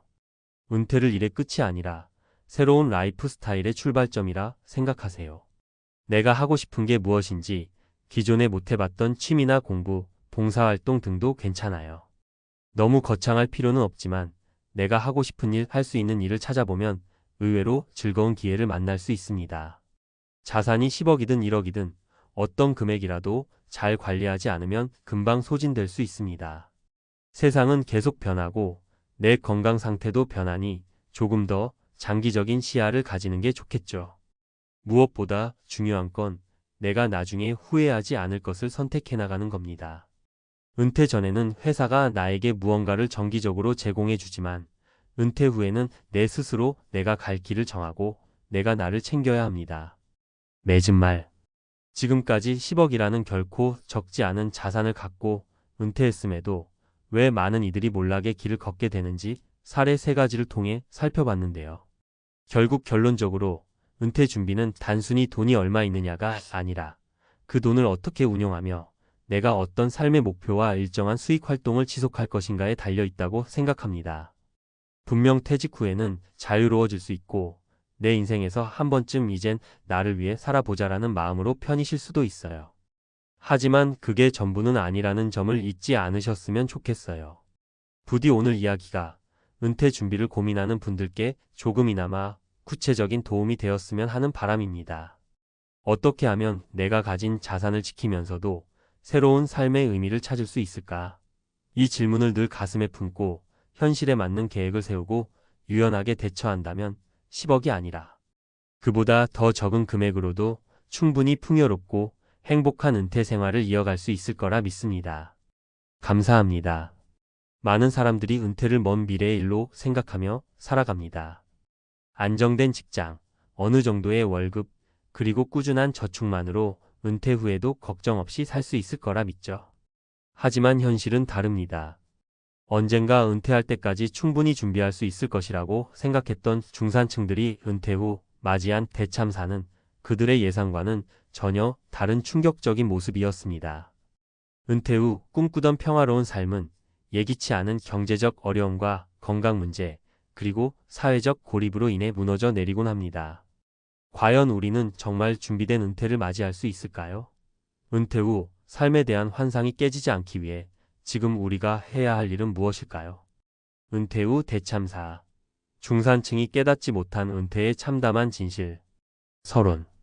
많은 사람들이 은퇴를 먼 미래의 일로 생각하며 살아갑니다. 안정된 직장, 어느 정도의 월급, 그리고 꾸준한 저축만으로 은퇴 후에도 걱정 없이 살 수 있을 거라 믿죠. 하지만 현실은 다릅니다. 언젠가 은퇴할 때까지 충분히 준비할 수 있을 것이라고 생각했던 중산층들이 은퇴 후 맞이한 대참사는 그들의 예상과는 전혀 다른 충격적인 모습이었습니다. 은퇴 후 꿈꾸던 평화로운 삶은 예기치 않은 경제적 어려움과 건강 문제, 그리고 사회적 고립으로 인해 무너져 내리곤 합니다. 과연 우리는 정말 준비된 은퇴를 맞이할 수 있을까요? 은퇴 후 삶에 대한 환상이 깨지지 않기 위해 지금 우리가 해야 할 일은 무엇일까요? 1. 은퇴 준비 부족으로 인한 경제적 절망. 정말 많은 사람들이 은퇴 준비를 소홀히 합니다. 예를 들어 김 씨는 55세에 은퇴를 앞두고 있었고 은퇴 후에는 여유로운 삶을 즐기겠다고 생각했습니다. 직장 생활 내내 성실히 일하며 직급도 높았고 어느 정도 저축도 해놓았기 때문에 은퇴 후에도 걱정 없이 살 수 있을 것이라고 믿었습니다. 그러나 은퇴 후 첫 몇 년 동안 예상하지 못한 의료비 지출과 예기치 못한 가족 문제들로 인해 김 씨는 빠르게 재정적 어려움을 겪기 시작했습니다.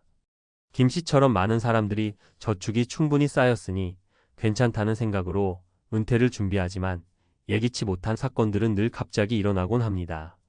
병원비, 자녀들의 결혼 자금, 그리고 심리적인 부담으로 인해 더 이상 은퇴 후 여유로운 삶을 살 수 없게 되는 경우가 많습니다. 사례 김 씨는 결국 자산을 현금화하면서 재정적 위기를 겨우 넘겼지만 여전히 그가 꿈꾸던 은퇴 생활은 사라졌습니다. 그는 돈만 있으면 된다고 믿었지만 건강과 가정 문제로 예상보다 훨씬 많은 돈을 써야 했고 그 덕분에 생활 수준은 크게 떨어졌습니다. 2. 건강 문제로 인한 은퇴 후 불행. 은퇴 후 예상치 못한 건강 문제로 삶의 질이 급격히 나빠질 수 있다는 점은 누구나 인식해야 할 중요한 부분입니다. 은퇴 후 몸이 예전 같지 않다는 사실을 체감하는 순간 우리는 비로소 건강이 최고라는 말을 실감하게 됩니다. 이 씨는 은퇴 후 여유롭게 여행도 다니고 자신만의 취미 생활을 즐기기를 꿈꿨습니다. 하지만 은퇴 후 몇 달 만에 심각한 허리 디스크 문제로 인해 움직이기도 힘들어졌습니다. 여러 병원을 다니며 치료를 받았지만 결국 운동을 즐기기란 쉽지 않았습니다. 이 씨는 더 이상 바쁜 직장 생활을 하면서 쌓았던 스트레스를 풀기 위한 여유를 가지지 못했고 그 대신 은퇴 후에는 건강 문제에 시달려야만 했습니다. 그의 꿈은 점차 사라져갔습니다. 은퇴 후 활동적인 삶을 즐기겠다는 생각은 단지 먼 꿈에 불과했습니다.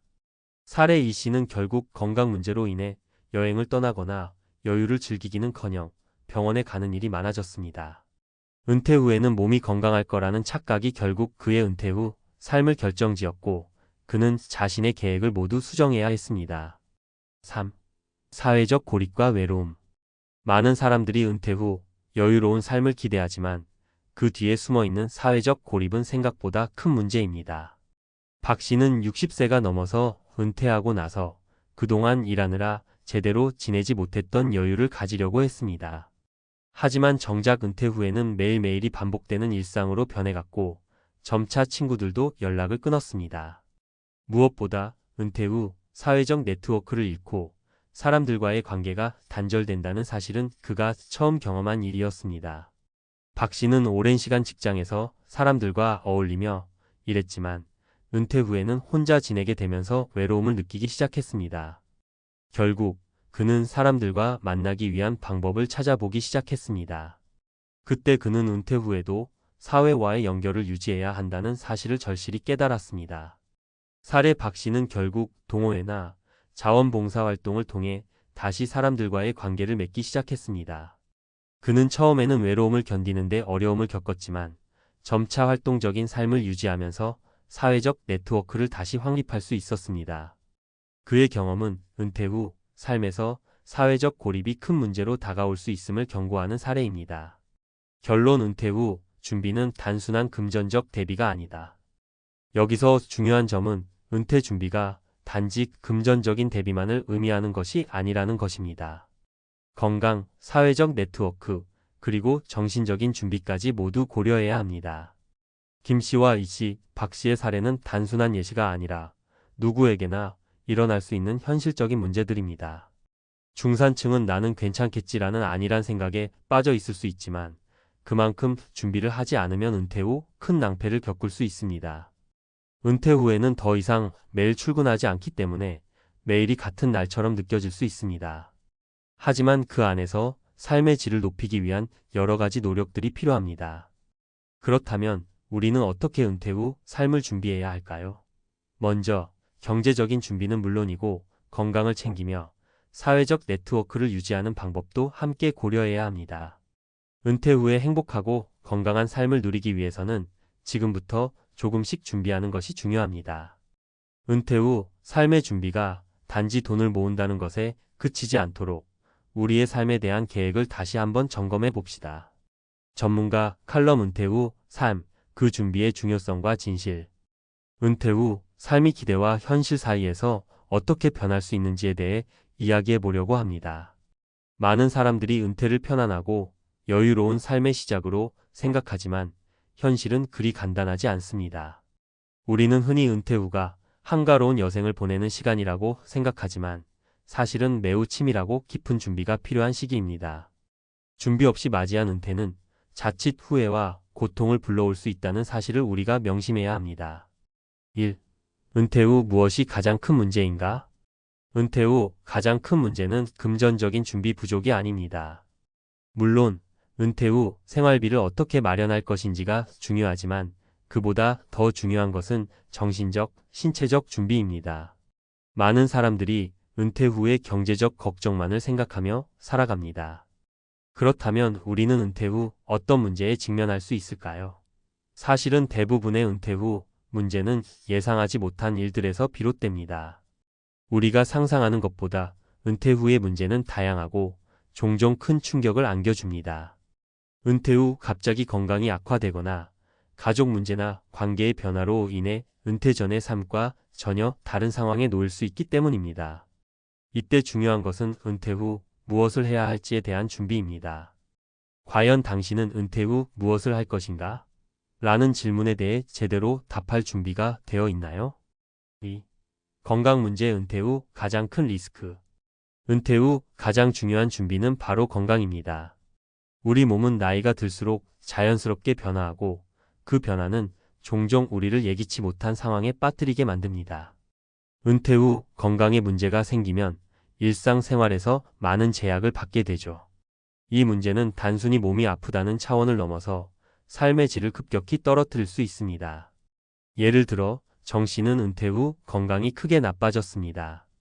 은퇴를 준비할 때 그는 나름대로 건강을 챙기기 위해 운동을 하거나 식단을 조절하려고 노력했지만 갑작스런 심장 질환으로 인해 모든 계획이 무너졌습니다. 그가 은퇴 전에 의사와의 상담을 통해 충분한 건강검진과 예방적 치료를 받았더라면 어땠을까요? 그럼에도 불구하고 많은 사람들은 은퇴 후에도 내 건강은 괜찮을 것이다 라는 생각을 합니다. 그러나 건강 문제는 우리가 준비하지 않으면 예기치 않게 찾아오고 그로 인해 많은 비용이 들며 삶의 질에 심각한 영향을 미칩니다. 3. 경제적 준비가 부족하면 어떻게 될까? 경제적 준비가 부족하면 은퇴 후 우리는 예상치 못한 경제적 위기를 겪게 됩니다. 이는 은퇴 준비를 미루고 살아온 사람들에게는 더욱 큰 문제로 다가옵니다. 예를 들어 박 씨는 평생 직장에서 일하면서 은퇴 후 여유로운 삶을 꿈꿨습니다. 그러나 은퇴 후 그는 예상보다 많은 의료비와 생활비가 들어가면서 결국 기존에 계획한 대로 생활할 수 없게 되었습니다. 박 씨의 사례처럼 예상치 못한 의료비나 생활비의 증가가 은퇴 후 재정적 부담을 크게 만들 수 있습니다. 이런 상황은 은퇴 전 준비가 부족했던 경우에 자주 발생합니다. 은퇴 전 재정 계획을 세우지 않거나 불필요한 소비를 하면서 저축을 미뤄두면 은퇴 후에는 정말 어렵게 살게 됩니다. 은퇴 후에는 급여가 없고 의지할 수 있는 소득원이 부족하기 때문에 재정적인 계획을 세우는 것이 필수적입니다. 무작정 저축만 하거나 현금을 쌓아두는 것이 아니라 어떻게 자산을 운영하고 관리할지에 대한 뚜렷한 계획이 필요합니다. 4. 은퇴 후 사회적 고립을 피하는 방법. 은퇴 후 사람들이 흔히 겪는 또 다른 문제는 바로 사회적 고립입니다. 직장을 다닐 때는 매일 사람들과 만나며 관계를 유지하고 업무를 통해 사회적 존재감을 느낄 수 있습니다. 하지만 은퇴 후에는 자연스럽게 사람들과의 접촉이 줄어들고 외로움을 느끼게 됩니다. 이는 정신적, 정서적인 문제를 일으킬 수 있습니다.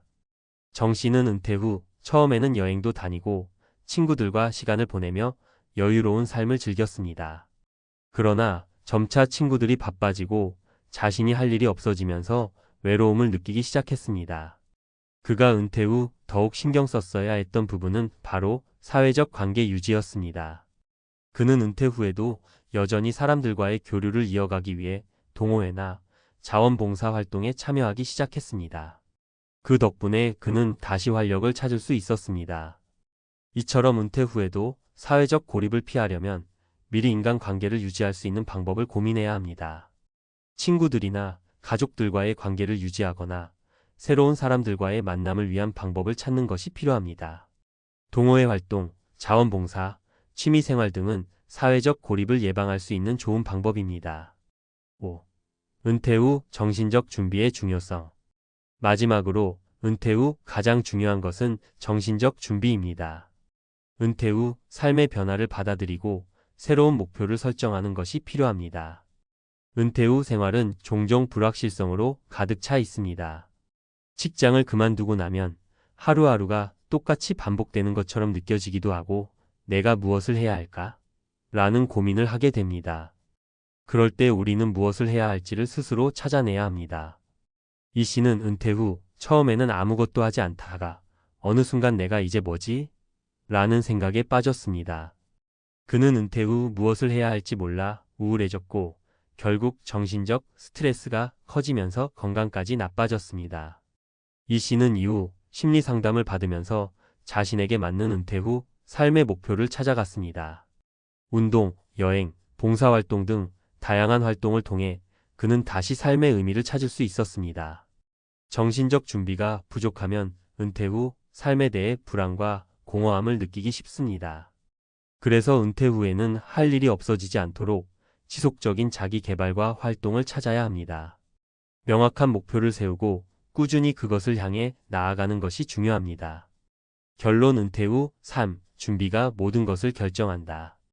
은퇴 후 삶은 행복하고 자유로운 삶이라는 기대를 안고 시작하지만 준비되지 않으면 큰 어려움을 겪을 수 있습니다. 은퇴 후 건강, 경제적 준비, 사회적 관계, 정신적 준비 등 모든 요소가 유기적으로 연결되어 있습니다. 우리가 은퇴 후 평온하고 안정적인 삶을 살기 위해서는 지금부터 준비를 시작해야 합니다. 은퇴 후 삶에 대한 잘못된 환상을 버리고 철저히 계획을 세운다면 우리는 은퇴 후에도 만족스럽고 의미 있는 삶을 살 수 있을 것입니다. 따라서 은퇴 준비는 단지 돈을 모은다는 차원을 넘어서 건강, 사회적 관계, 정신적 준비까지 모든 분야에서 체계적으로 준비해야 합니다. 은퇴 후 삶이 대참사가 되지 않으려면 지금부터라도 미리 대비하고 준비하는 것이 중요합니다. 많은 사람들이 은퇴 후 평화로운 삶을 꿈꾸며 해외 이민을 계획합니다. 그 중에서도 태국의 치앙마이는 아름다운 자연환경과 비교적 저렴한 생활비로 은퇴자들에게 낙원으로 불리고 있죠. 그러나 이곳으로 떠난 한 가족의 이야기는 은퇴 준비의 허와 실을 여실히 보여줍니다. 막연한 기대와 현실의 차이, 그리고 치앙마이 물가가 가져온 충격은 많은 사람들에게 경종을 울립니다. 은퇴 후 삶이란 단순히 아름다운 곳에서 사는 게 아니라 철저한 계획과 준비가 뒷받침되어야만 가능하다는 사실을 이 사례가 적나라하게 드러냅니다. 치앙마이 낙원에서 무너진 은퇴의 꿈. 은퇴 후 삶에서 반드시 점검해야 할 것들. 많은 사람들이 은퇴 후 치앙마이 같은 곳에서 완벽한 낙원을 꿈꿉니다. 아름다운 자연, 저렴한 물가, 느긋한 생활. 듣기만 해도 행복해질 것 같죠? 그런데 정말 그럴까요? 한 가족이 치앙마이로 이주한 뒤 겪었던 경험을 살펴보면 은퇴 후 삶에 대해 다시 한번 깊게 생각해 보게 됩니다. 자, 그들의 이야기를 통해 현실적인 은퇴 준비에 대해 알아봅시다. 1. 저렴하다는 환상. 치앙마이 물가의 진실. A씨 가족은 치앙마이가 물가가 싸다는 이야기를 듣고 은퇴를 결심했습니다. 4인 가족이 넉넉히 살 수 있다는 블로그 글과 유튜브 영상을 보고 은퇴 후 바로 이주했죠. 처음에는 모든 것이 좋았습니다. 시장에서 과일과 채소를 저렴하게 살 수 있었고 외식비도 한국에 비하면 훨씬 저렴했거든요. 하지만 진짜 문제는 현지인과 외국인 차별 가격에서 시작됐습니다. 같은 물건이라도 외국인에게는 2배 이상의 가격이 붙는 경우가 허다했고 병원비나 국제학교 학비 같은 필수 지출은 예상했던 금액보다 훨씬 비쌌습니다. 4인 가족 기준으로 한 달 생활비가 300만 원을 훌쩍 넘겼고 처음 계획했던 예산을 6개월 만에 초과했습니다. 교훈. 단순히 싸다는 이미지에 속지 마세요. 현지 물가를 정확히 조사하고 예상보다 2030% 더 많은 생활비를 준비하는 것이 중요합니다. 2. 언어 장벽과 사회적 고립의 함정. B씨 부부는 치앙마이의 조용한 시골에서 행복한 노후를 꿈꿨습니다. 한국에서는 도시의 빠듯한 생활에 지쳤고 새로운 환경에서 더 나은 삶을 살고 싶었죠. 그런데 막상 가보니 태국어를 모르면 일상적인 생활조차 어려웠습니다. 가령 병원에 가거나 공과금을 낼 때 의사소통이 되지 않아 큰 스트레스를 받았고 영어를 조금 할 줄 알면 괜찮을 거라는 생각도 틀렸습니다. 더 큰 문제는 이웃과의 관계였습니다. 언어가 통하지 않으니 현지인들과 교류가 어렵고 주변에 한국인이 없어서 사회적으로 고립되는 느낌이 들더라는 겁니다. 결국 두 사람은 더 이상 고립된 삶을 견딜 수 없어 1년 만에 다시 한국으로 돌아왔습니다. 그들은 말합니다.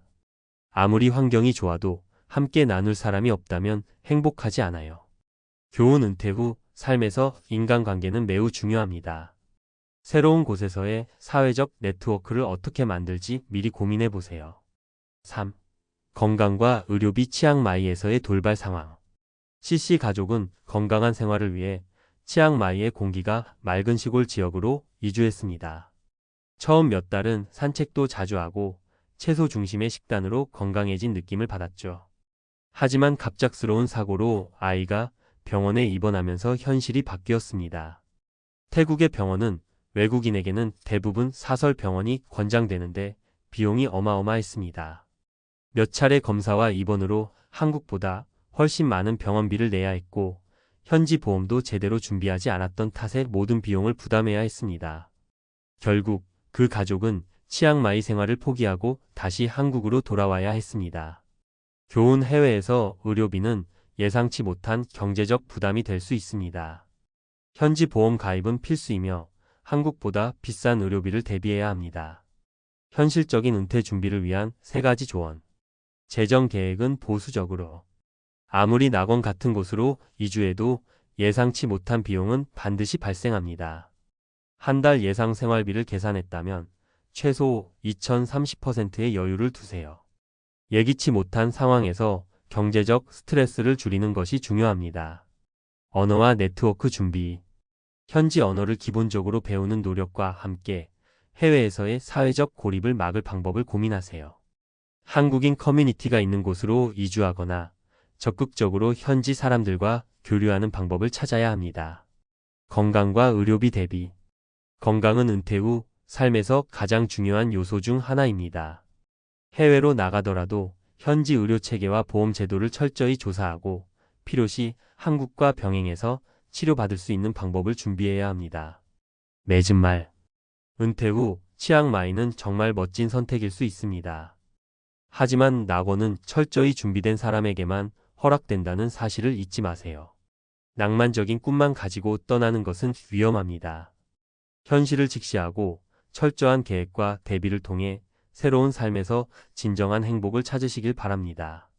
은퇴 후의 삶, 결국 준비가 답이다라는 말이 다시 한번 떠오르네요. 치앙마이의 낙원은 누구에게나 열리지 않는다. 전문가의 시선으로 본 은퇴 후 삶의 진실. 많은 사람들이 은퇴 후 치앙마이를 포함한 동남아 지역을 낙원처럼 여깁니다. 적은 비용으로 풍요로운 삶을 살 수 있다는 기대, 따뜻한 날씨와 여유로운 분위기에서 보내는 꿈 같은 나날들. 하지만 현실은 그렇게 간단하지 않습니다. 이번 칼럼에서는 은퇴 후 해외 이민을 준비하는 사람들에게 치앙마이 사례를 통해 얻을 수 있는 교훈을 전문가 관점에서 제시하고자 합니다. 1. 재정적 안정 없이는 낙원도 없다. 먼저 은퇴 후 삶의 중심에는 재정적 안정이 자리 잡고 있어야 합니다. 치앙마이에 정착한 많은 은퇴자들이 처음에는 물가가 싸다는 이유로 만족감을 느끼지만 시간이 지나면서 뜻밖의 지출이 계속 발생합니다. 예를 들어 한 부부는 치앙마이에서 한 달 생활비를 150만 원으로 계획했지만 실제로는 250만 원 이상이 들었습니다. 문제는 이런 예산 초과가 단순히 외식비나 쇼핑 같은 선택적 소비가 아니라 병원비나 차량 유지비, 자녀 교육비 같은 필수적인 부분에서 발생했다는 점입니다. 전문가의 조언. 해외로 은퇴 이민을 계획 중이라면 예상 생활비를 작성할 때 반드시 최소 2030%의 여유 자금을 추가하세요. 또한 국내와 해외 생활비를 비교할 때 물가뿐만 아니라 예기치 못한 돌발 상황에서 드는 비용도 계산에 포함해야 합니다. 낭만적인 기대보다 현실적인 계획이 더 중요합니다. 2. 사회적 고립, 행복을 갉아먹는 도.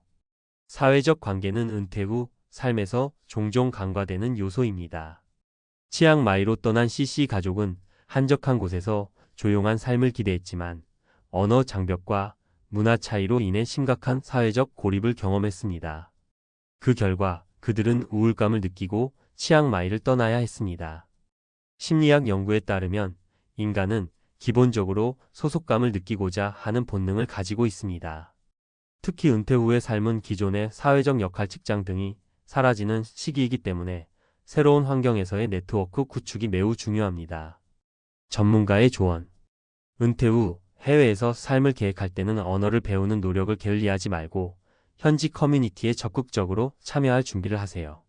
예를 들어 한국인 커뮤니티에 가입하거나 현지 주민들과 소통할 기회를 늘리는 것이 중요합니다. 특히 치앙마이처럼 외국인이 많은 지역에서는 국제적인 모임에 참석해 다양한 사람들과 교류하는 것도 좋은 방법입니다.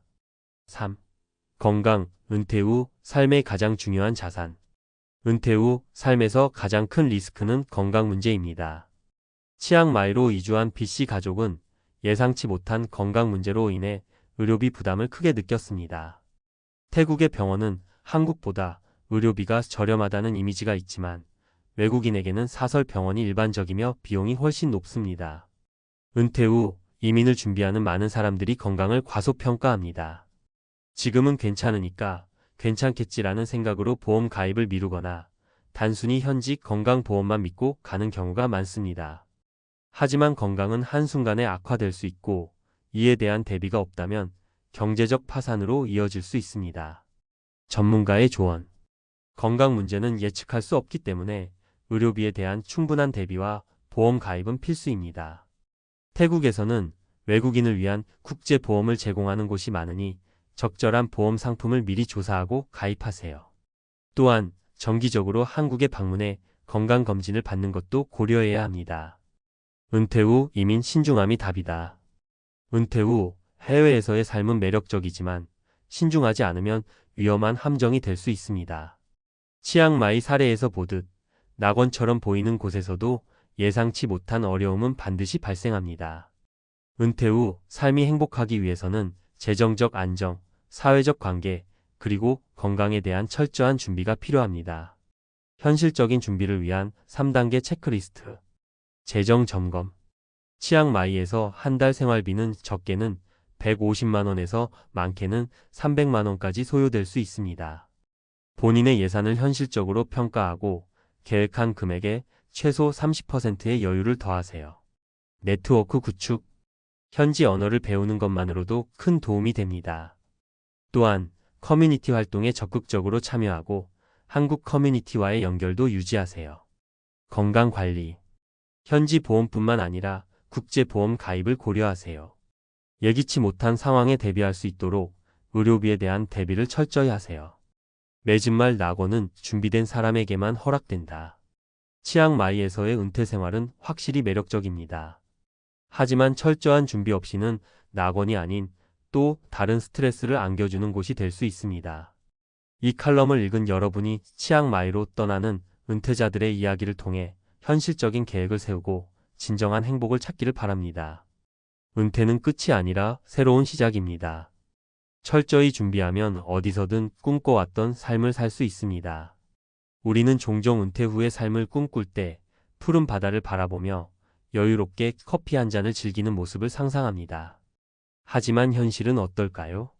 매달 고정 수입이 없는 상태에서 급격히 늘어나는 생활비와 예측하지 못한 의료비는 은퇴 후 삶을 상상 속의 낙원이 아니라 걱정과 불안으로 가득 찬 시간으로 만들어 버립니다. 특히 은퇴 준비는 충분하지 않다는 말을 주변에서 듣고도 체감하지 못했던 많은 사람들은 정작 퇴직 후 모든 것이 무너져 내릴 때야 그 심각성을 깨닫곤 합니다. 여유로운 은퇴를 위해 꼭 필요한 것은 7억 원 같은 막연한 자산이 아니라 매달 안정적으로 들어오는 200만 원의 소득이라는 사실을 알게 된 한 남자의 이야기를 통해 우리 모두가 간과했던 은퇴 준비의 본질을 다시 한번 생각해 볼 필요가 있습니다.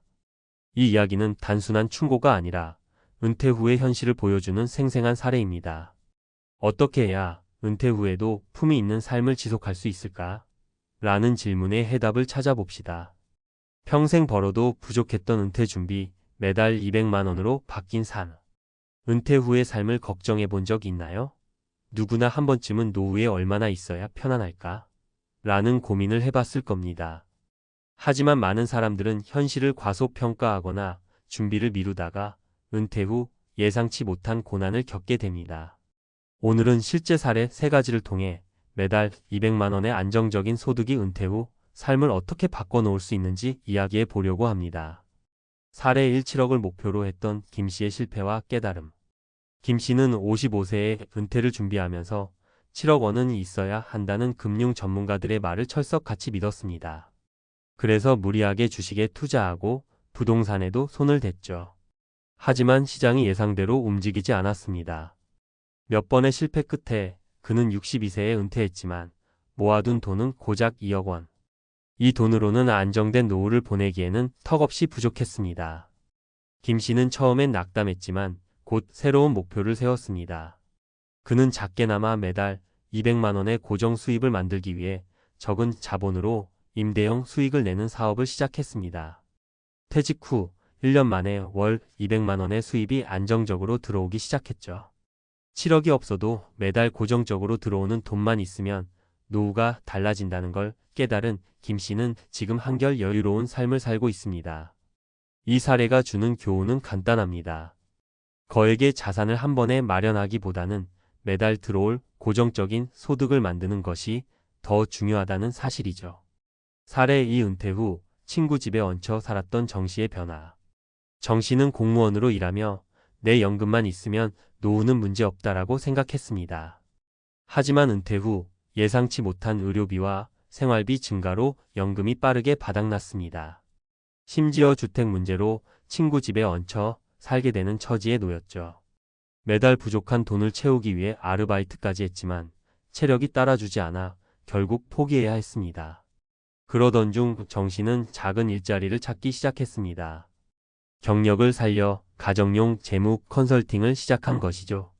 큰 돈을 벌진 못했지만 매달 200만 원의 소득을 안정적으로 확보하게 됐습니다. 매달 200만 원이 생긴 후 자존감이 살아나고 친구들에게도 도움을 받을 필요가 없어졌다고 말하는 정 씨의 이야기는 은퇴 후 소득의 중요성을 실감하게 합니다. 사례 3. 농촌에서 새로운 삶을 시작한 박 씨 부부.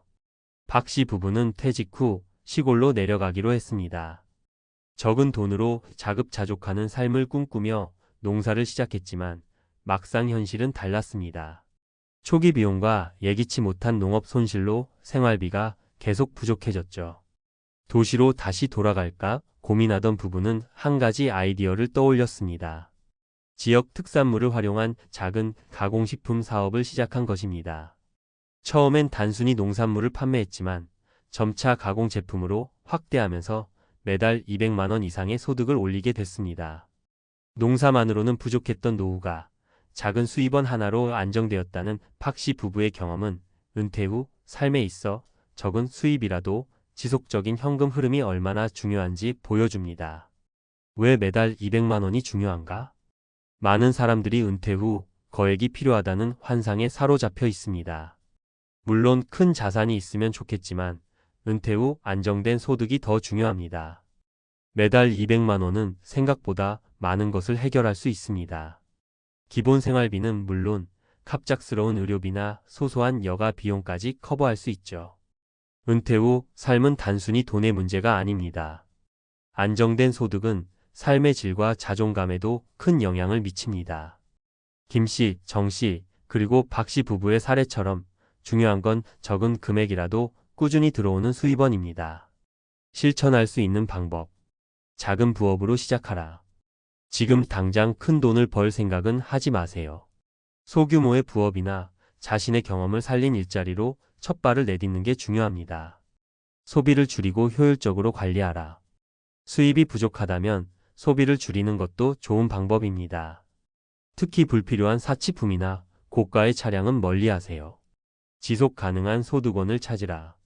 퇴직 전에 작은 임대사업, 온라인 강의, 혹은 지역 특산품 판매 같은 지속 가능한 수입원을 만들어 보세요. 마무리하며 은퇴 후 삶은 준비하기에 따라 하늘과 땅 차이가 날 수 있습니다. 7억 원 같은 거액이 없더라도 매달 200만 원의 안정적인 소득만 있다면 충분히 품위 있는 노후를 보낼 수 있습니다. 이제 당신의 은퇴 후 삶을 위해 작은 한 걸음을 시작해 보세요. 매달 200만 원이 당신의 노후를 완전히 바꿔줄 겁니다. 은퇴 후에도 돈 걱정 없는 삶, 그 실현 가능성은? 많은 사람들이 은퇴 후 삶을 상상하며 고민합니다. 나는 준비가 충분할까? 돈이 부족하면 어떻게 하지? 라는 걱정은 누구에게나 있죠. 하지만 은퇴를 준비하며 간과하기 쉬운 사실이 하나 있습니다. 바로 거액의 자산이 아니라 매달 안정적으로 들어오는 고정 수입이 삶의 질을 결정짓는 핵심이라는 점입니다. 오늘은 이를 전문가 관점에서 분석해 보겠습니다. 은퇴 후 매달 200만 원만 있다면 품위 있고 안정된 삶을 살 수 있다는 점을 구체적으로 살펴보죠. 1. 은퇴 준비, 숫자의 함정에 빠지지 마라. 많은 사람들이 은퇴 자금 목표로 특정한 거액의 금액을 설정합니다. 7억 원, 10억 원 같은 숫자들이 떠오르죠. 금융기관과 전문가들이 강조하는 목표액에 압박을 느끼는 건 자연스러운 일이지만 이는 때로 현실적인 시야를 가리는 장애물이 될 수 있습니다. 사례를 들어볼까요? 한 50대 남성은 은퇴 준비를 위해 모든 자산을 고위험 투자에 올인했습니다. 큰 돈을 벌어야 편안한 노후를 보낼 수 있다는 생각에 무리수를 둔 거죠. 결과는 참담했습니다. 시장이 흔들리면서 대부분의 자산이 사라졌고 그는 은퇴 후 매달 생계를 걱정해야 하는 상황에 놓였습니다. 그가 깨달은 것은 단순합니다. 거액의 자산을 쌓기 위한 모험보다는 매달 안정적으로 들어오는 고정 수입이 훨씬 중요하다는 점이었죠. 이는 숫자보다 수입 구조를 먼저 설계해야 한다는 교훈을 줍니다. 매달 200만 원, 그 마법 같은 금액. 왜 하필 매달 200만 원일까요? 이는 단순히 생활비의 최소 금액을 의미하는 것이 아닙니다. 200만 원은 다음 세 가지 이유로 은퇴 후 삶을 안정적으로 바꿔주는 핵심 요소입니다. 첫째, 기본 생활비 충당. 주거비, 식비, 공과금 같은 기본적인 생활비는 대부분 이 범위에서 해결됩니다. 은퇴 후 고정적인 소득이 없다면 이 기본적인 비용조차 큰 스트레스로 다가오게 됩니다. 둘째, 의료비 충당. 나이가 들수록 의료비는 예측할 수 없는 변수로 작용합니다. 특히 갑작스러운 병원비가 들이닥칠 때 매달 고정 소득이 있다면 경제적 부담을 크게 줄일 수 있죠. 셋째, 심리적 안정감 제공. 경제적 안정감은 심리적 안정으로 이어집니다. 매달 일정한 금액이 들어오면 돈이 떨어질까라는 불안에서 벗어나 더 품위 있고 행복한 삶을 누릴 수 있습니다. 3. 전문가들이 추천하는 매달 200만 원의 전략. 그렇다면 매달 200만 원의 소득은 어떻게 만들 수 있을까요? 구체적인 방법 3가지를 살펴봅시다. 소규모 임대 수입 활용. 자산 중 일부를 활용해 소형 주택이나 상가 임대를 시작하는 방법입니다. 예를 들어 은퇴 후에 자녀들이 독립했다면 기존 집을 임대하고 자신은 더 작은 집으로 이사하는 방법도 있습니다. 이는 한 번의 투자로 매달 안정적인 수입을 확보할 수 있는 현실적인 방법이죠. 자신의 경험을 활용한 부업. 경험과 기술은 은퇴 후에도 큰 자산입니다. 퇴직 후에도 본인의 전문성을 살려 프리랜서로 일하거나 온라인 강의를 통해 수익을 창출할 수 있습니다. 최근에는 온라인 플랫폼을 활용해 자신의 노하우를 공유하며 수익을 올리는 사람들도 늘어나고 있습니다. 소규모 창업. 소규모 사업은 은퇴 후 삶에 새로운 활력을 불어넣는 동시에 고정 수입을 만들어줍니다. 예를 들어 지역 특산물을 판매하거나 작은 카페를 운영하는 등의 방식은 큰 자본 없이도 시작할 수 있는 현실적인 방법입니다. 4. 사례로 보는 성공과 실패의 갈림길. 성공 사례 김씨의 임대사업. 김씨는 55세에 퇴직하면서 작은 상가 하나를 구입했습니다. 그는 초반에는 임대사업을 어렵게 생각했지만 꾸준히 상가를 관리하고 임대 계약을 체계적으로 관리하면서 안정적인 수익을 올리게 됐습니다. 현재 그는 매달 200만 원 이상의 임대료를 받고 있으며 이를 기반으로 은퇴 후 여유로운 삶을 살고 있습니다. 실패 사례 정씨의 무리한 창업. 반면 정씨는 은퇴 후 카페 창업을 시작했지만 시장 분석 부족과 운영 미숙으로 인해 실패를 경험했습니다. 무리한 초기 투자로 인해 고정 수입은커녕 퇴직금을 잃게 되었죠. 그는 실패 이후 소규모 온라인 강의 사업으로 방향을 전환해 매달 소소한 수입을 만들어가는 데 성공했습니다. 소소한 성공 박씨 부부의 농촌 생활. 농촌으로 내려간 박씨 부부는 자급자족과 지역 특산물 판매로 매달 200만 원의 소득을 만들어냈습니다. 이 소득은 작은 사업처럼 보이지만 은퇴 후의 안정감을 제공하는 데는 충분했습니다. 5. 마지막 조언 작게 시작하라. 은퇴 후 경제적 안정은 결코 거창한 목표에서 출발하지 않습니다. 작은 고정 수입 하나라도 만들어내는 것이 핵심입니다. 매달 200만 원이라는 금액이 어쩌면 크지 않아 보일 수 있지만 실제로 이 금액은 은퇴 후 삶에 큰 변화를 가져올 수 있습니다. 작게 시작해도 괜찮습니다. 은퇴 전이라면 지금부터라도 작은 수입원을 만들어 보세요. 부업, 임대 수입, 또는 자신의 경험을 활용한 소소한 사업 등 다양한 방법이 있습니다. 이 작은 시작이 당신의 은퇴 후 삶을 완전히 바꿔줄지도 모릅니다.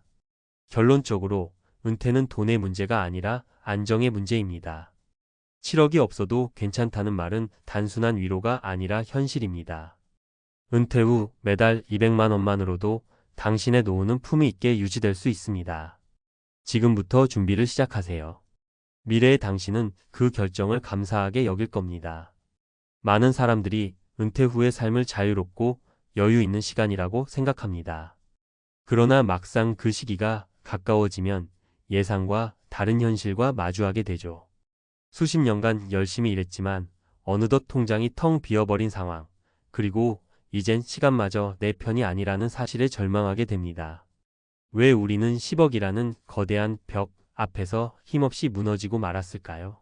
오늘은 그 씁쓸한 은퇴 스토리를 통해 준비되지 않은 은퇴가 가져오는 불안과 그에 대한 해결책을 함께 고민해 보려 합니다. 많은 분들이 은퇴 후의 삶을 이제부터 휴식하고 여유를 누리자라고 낙관적으로 생각해요. 하지만 막상 닥쳐보면 상황은 전혀 다르게 펼쳐지곤 하죠. 특히 은퇴 후 텅 빈 통장이라는 말이 우리를 가장 두렵게 만드는 것 같아요. 열심히 일해서 10억 정도는 모아야 안정적이지 않을까? 라고 생각해봤지만 현실은 손에 잡힐 듯 잡히지 않는 10억의 벽 앞에서 속수무책으로 무너지는 경우가 많습니다. 이번 글에서는 그 씁쓸한 은퇴 스토리와 함께 실제로 겪은 분들의 사례를 통해 어떤 문제가 있었는지 그리고 어떻게 대응해야 할지를 살펴보려고 해요. 이야기 형식으로 풀어가 보겠습니다. 1. 왜 은퇴 후 통장이 텅 비게 될까? 은퇴를 한 번이라도 진지하게 생각해 보신 분들은 공감하시겠지만 내가 퇴사한 순간부터 수입은 줄고 지출은 예상보다 훨씬 커집니다. 생활비야 잘 아껴 쓰면 되지 않을까? 싶어도 의료비나 갑작스러운 가족 이벤트, 자녀 결혼, 노부모 부양 등가 생기면 통장 잔고가 순식간에 줄어들죠. 아울러 나이가 들수록 사회적인 네트워크나 직업적 기회가 급격하게 줄어드는 것도 무시 못할 요소입니다. 만일 40대에 10억 정도 모았으면 이제 좀 쉬자라고 섣불리 결론 지었다가 막상 큰돈 나갈 일이 생기면 다시 일자리 구하기도 쉽지 않아요. 사실 10억이라는 자산이 있어도 적절히 운용하지 못하면 빠르게 줄어들 수 있습니다. 자산 관리란 게 생각처럼 간단하지 않거든요. 은행 금리가 높았던 과거와 달리 지금은 금리가 불안정하고 부동산 시장도 변동이 크기 때문에 어설프게 투자하다가 원금 손실이 날 가능성도 있습니다. 2. 사례 1회사만 믿었던 영석 씨 이야기. 먼저 영석 가명 씨 이야기를 해볼게요. 영석 씨는 40대 초반에 꽤 안정적인 중견기업에 다녔어요. 연봉도 중간 이상으로 받았고 대기업은 아니지만 복지도 꽤 괜찮았습니다. 문제는 영석 씨가 내 회사는 안정적이니 여기서만 열심히 일하면 미래도 탄탄하겠지? 라고 생각했다는 거예요. 막연히 정년까지 일해서 10억쯤 모으면 50대 후반이나 60대 초반쯤에는 은퇴할 수 있겠구나라고 계산했죠. 그러나 회사 사정이 갑자기 나빠지고 구조조정 바람이 불면서 영석 씨는 45세에 희망퇴직 대상자가 되었어요. 예전 같았으면 나는 성실히 다녔으니 괜찮겠지 생각했겠지만 회사가 어렵다 보니 정규직도 희망퇴직을 받아들이는 분위기였어요. 퇴직금으로 받은 돈과 그동안 모은 약간의 적금, 주식 투자금이 있었지만 막상 정리해보니 10억은커녕 3억 언저리에 머무르더랍니다. 처음엔 3억이면 꽤 괜찮지 않아? 라고 생각할 수도 있지만 가족 부양비와 앞으로 20년 이상 살아가야 할 생활비를 고려하니 그게 전부가 아니었어요. 재취업을 하려고 하니 45세라는 나이 때문인지 이전 회사에서 받았던 연봉에 훨씬 못 미치는 자리를 찾는 것도 어려웠죠. 결국 영석 씨는 당장 지출이 줄어들지 않는 상황에서 한 달 한 달 생활비를 쓸 때마다 통장이 눈에 띄게 얇아지니까 아내와도 갈등이 생기고 자신감도 크게 떨어졌습니다. 이 사례에서 우리가 얻을 수 있는 교훈은 회사와 내 자신을 동일시하지 말자는 거예요. 아무리 안정적인 기업이라도 세상이 어떻게 바뀔지 몰라요. 그리고 나이 40대 중반이면 제2의 직업을 찾기 쉬울 것 같지만 실제로는 그렇지 않다는 것이 현실이죠. 3. 사례. 주식으로 한 방 노렸다가 무너진 희정씨 이야기. 두 번째 사례는 희정가명 씨입니다. 희정 씨는 주변 지인들이 주식 투자로 재미를 보자, 나도 10억 만들어서 일찍 은퇴하자 라며 은행 예적금 대부분을 빼서 주식에 들어갔어요. 처음엔 여러 종목을 소액으로 분산 투자했는데 몇 달 지나면서 서서히 수익이 나기 시작하자 욕심이 생겼죠. 그때 운이 따라준 건지 꽤 큰 돈을 벌어 나름의 종잣돈을 마련하게 됐어요. 문제는 그 다음부터였어요. 아, 이렇게 하면 금방 10억 가겠구나 하고 자신감이 넘쳤던 희정 씨가 위험도가 높은 종목에도 무리하게 몰빵을 하기 시작한 거예요. 장이 좋을 때는 이게 진짜 인생 역전인가? 싶지만 주식시장이라는 게 마음먹은 대로만 움직이지 않죠. 어느 날부터 갑자기 시장 분위기가 급격하게 꺾이기 시작했고 희정 씨는 손실을 만회하려고 더 큰 레버리지를 써가며 베팅했지만 결국 원금 절반 이상을 날려버렸습니다. 한순간에 잘나가는 개미 투자자에서 퇴직금의 빚까지 떠안은 사람이 되어버린 희정 씨는 은퇴는커녕 다시 일자리를 찾아 고군분투하고 있어요. 하지만 그나마도 지금까지 경력을 쌓아온 분야에서 이직하는 건 쉽지 않고 다른 업종으로 뛰어들기엔 40대 후반이라는 나이가 발목을 잡고 있는 상황입니다. 여기서 우리가 배워야 할 점은 투자로 한 방에 10억을 꿈꾸는 건 굉장히 위험하다는 사실이에요. 물론 투자 자체를 부정할 수는 없지만 모든 돈을 걸거나 무리하게 레버리지를 일으키는 건 너무나 위험하죠. 삶 전체가 걸린 문제이니까요. 4. 사례 3가족을 위해 희생만 하다가 뒤늦게 깨달은 지훈 씨 이야기.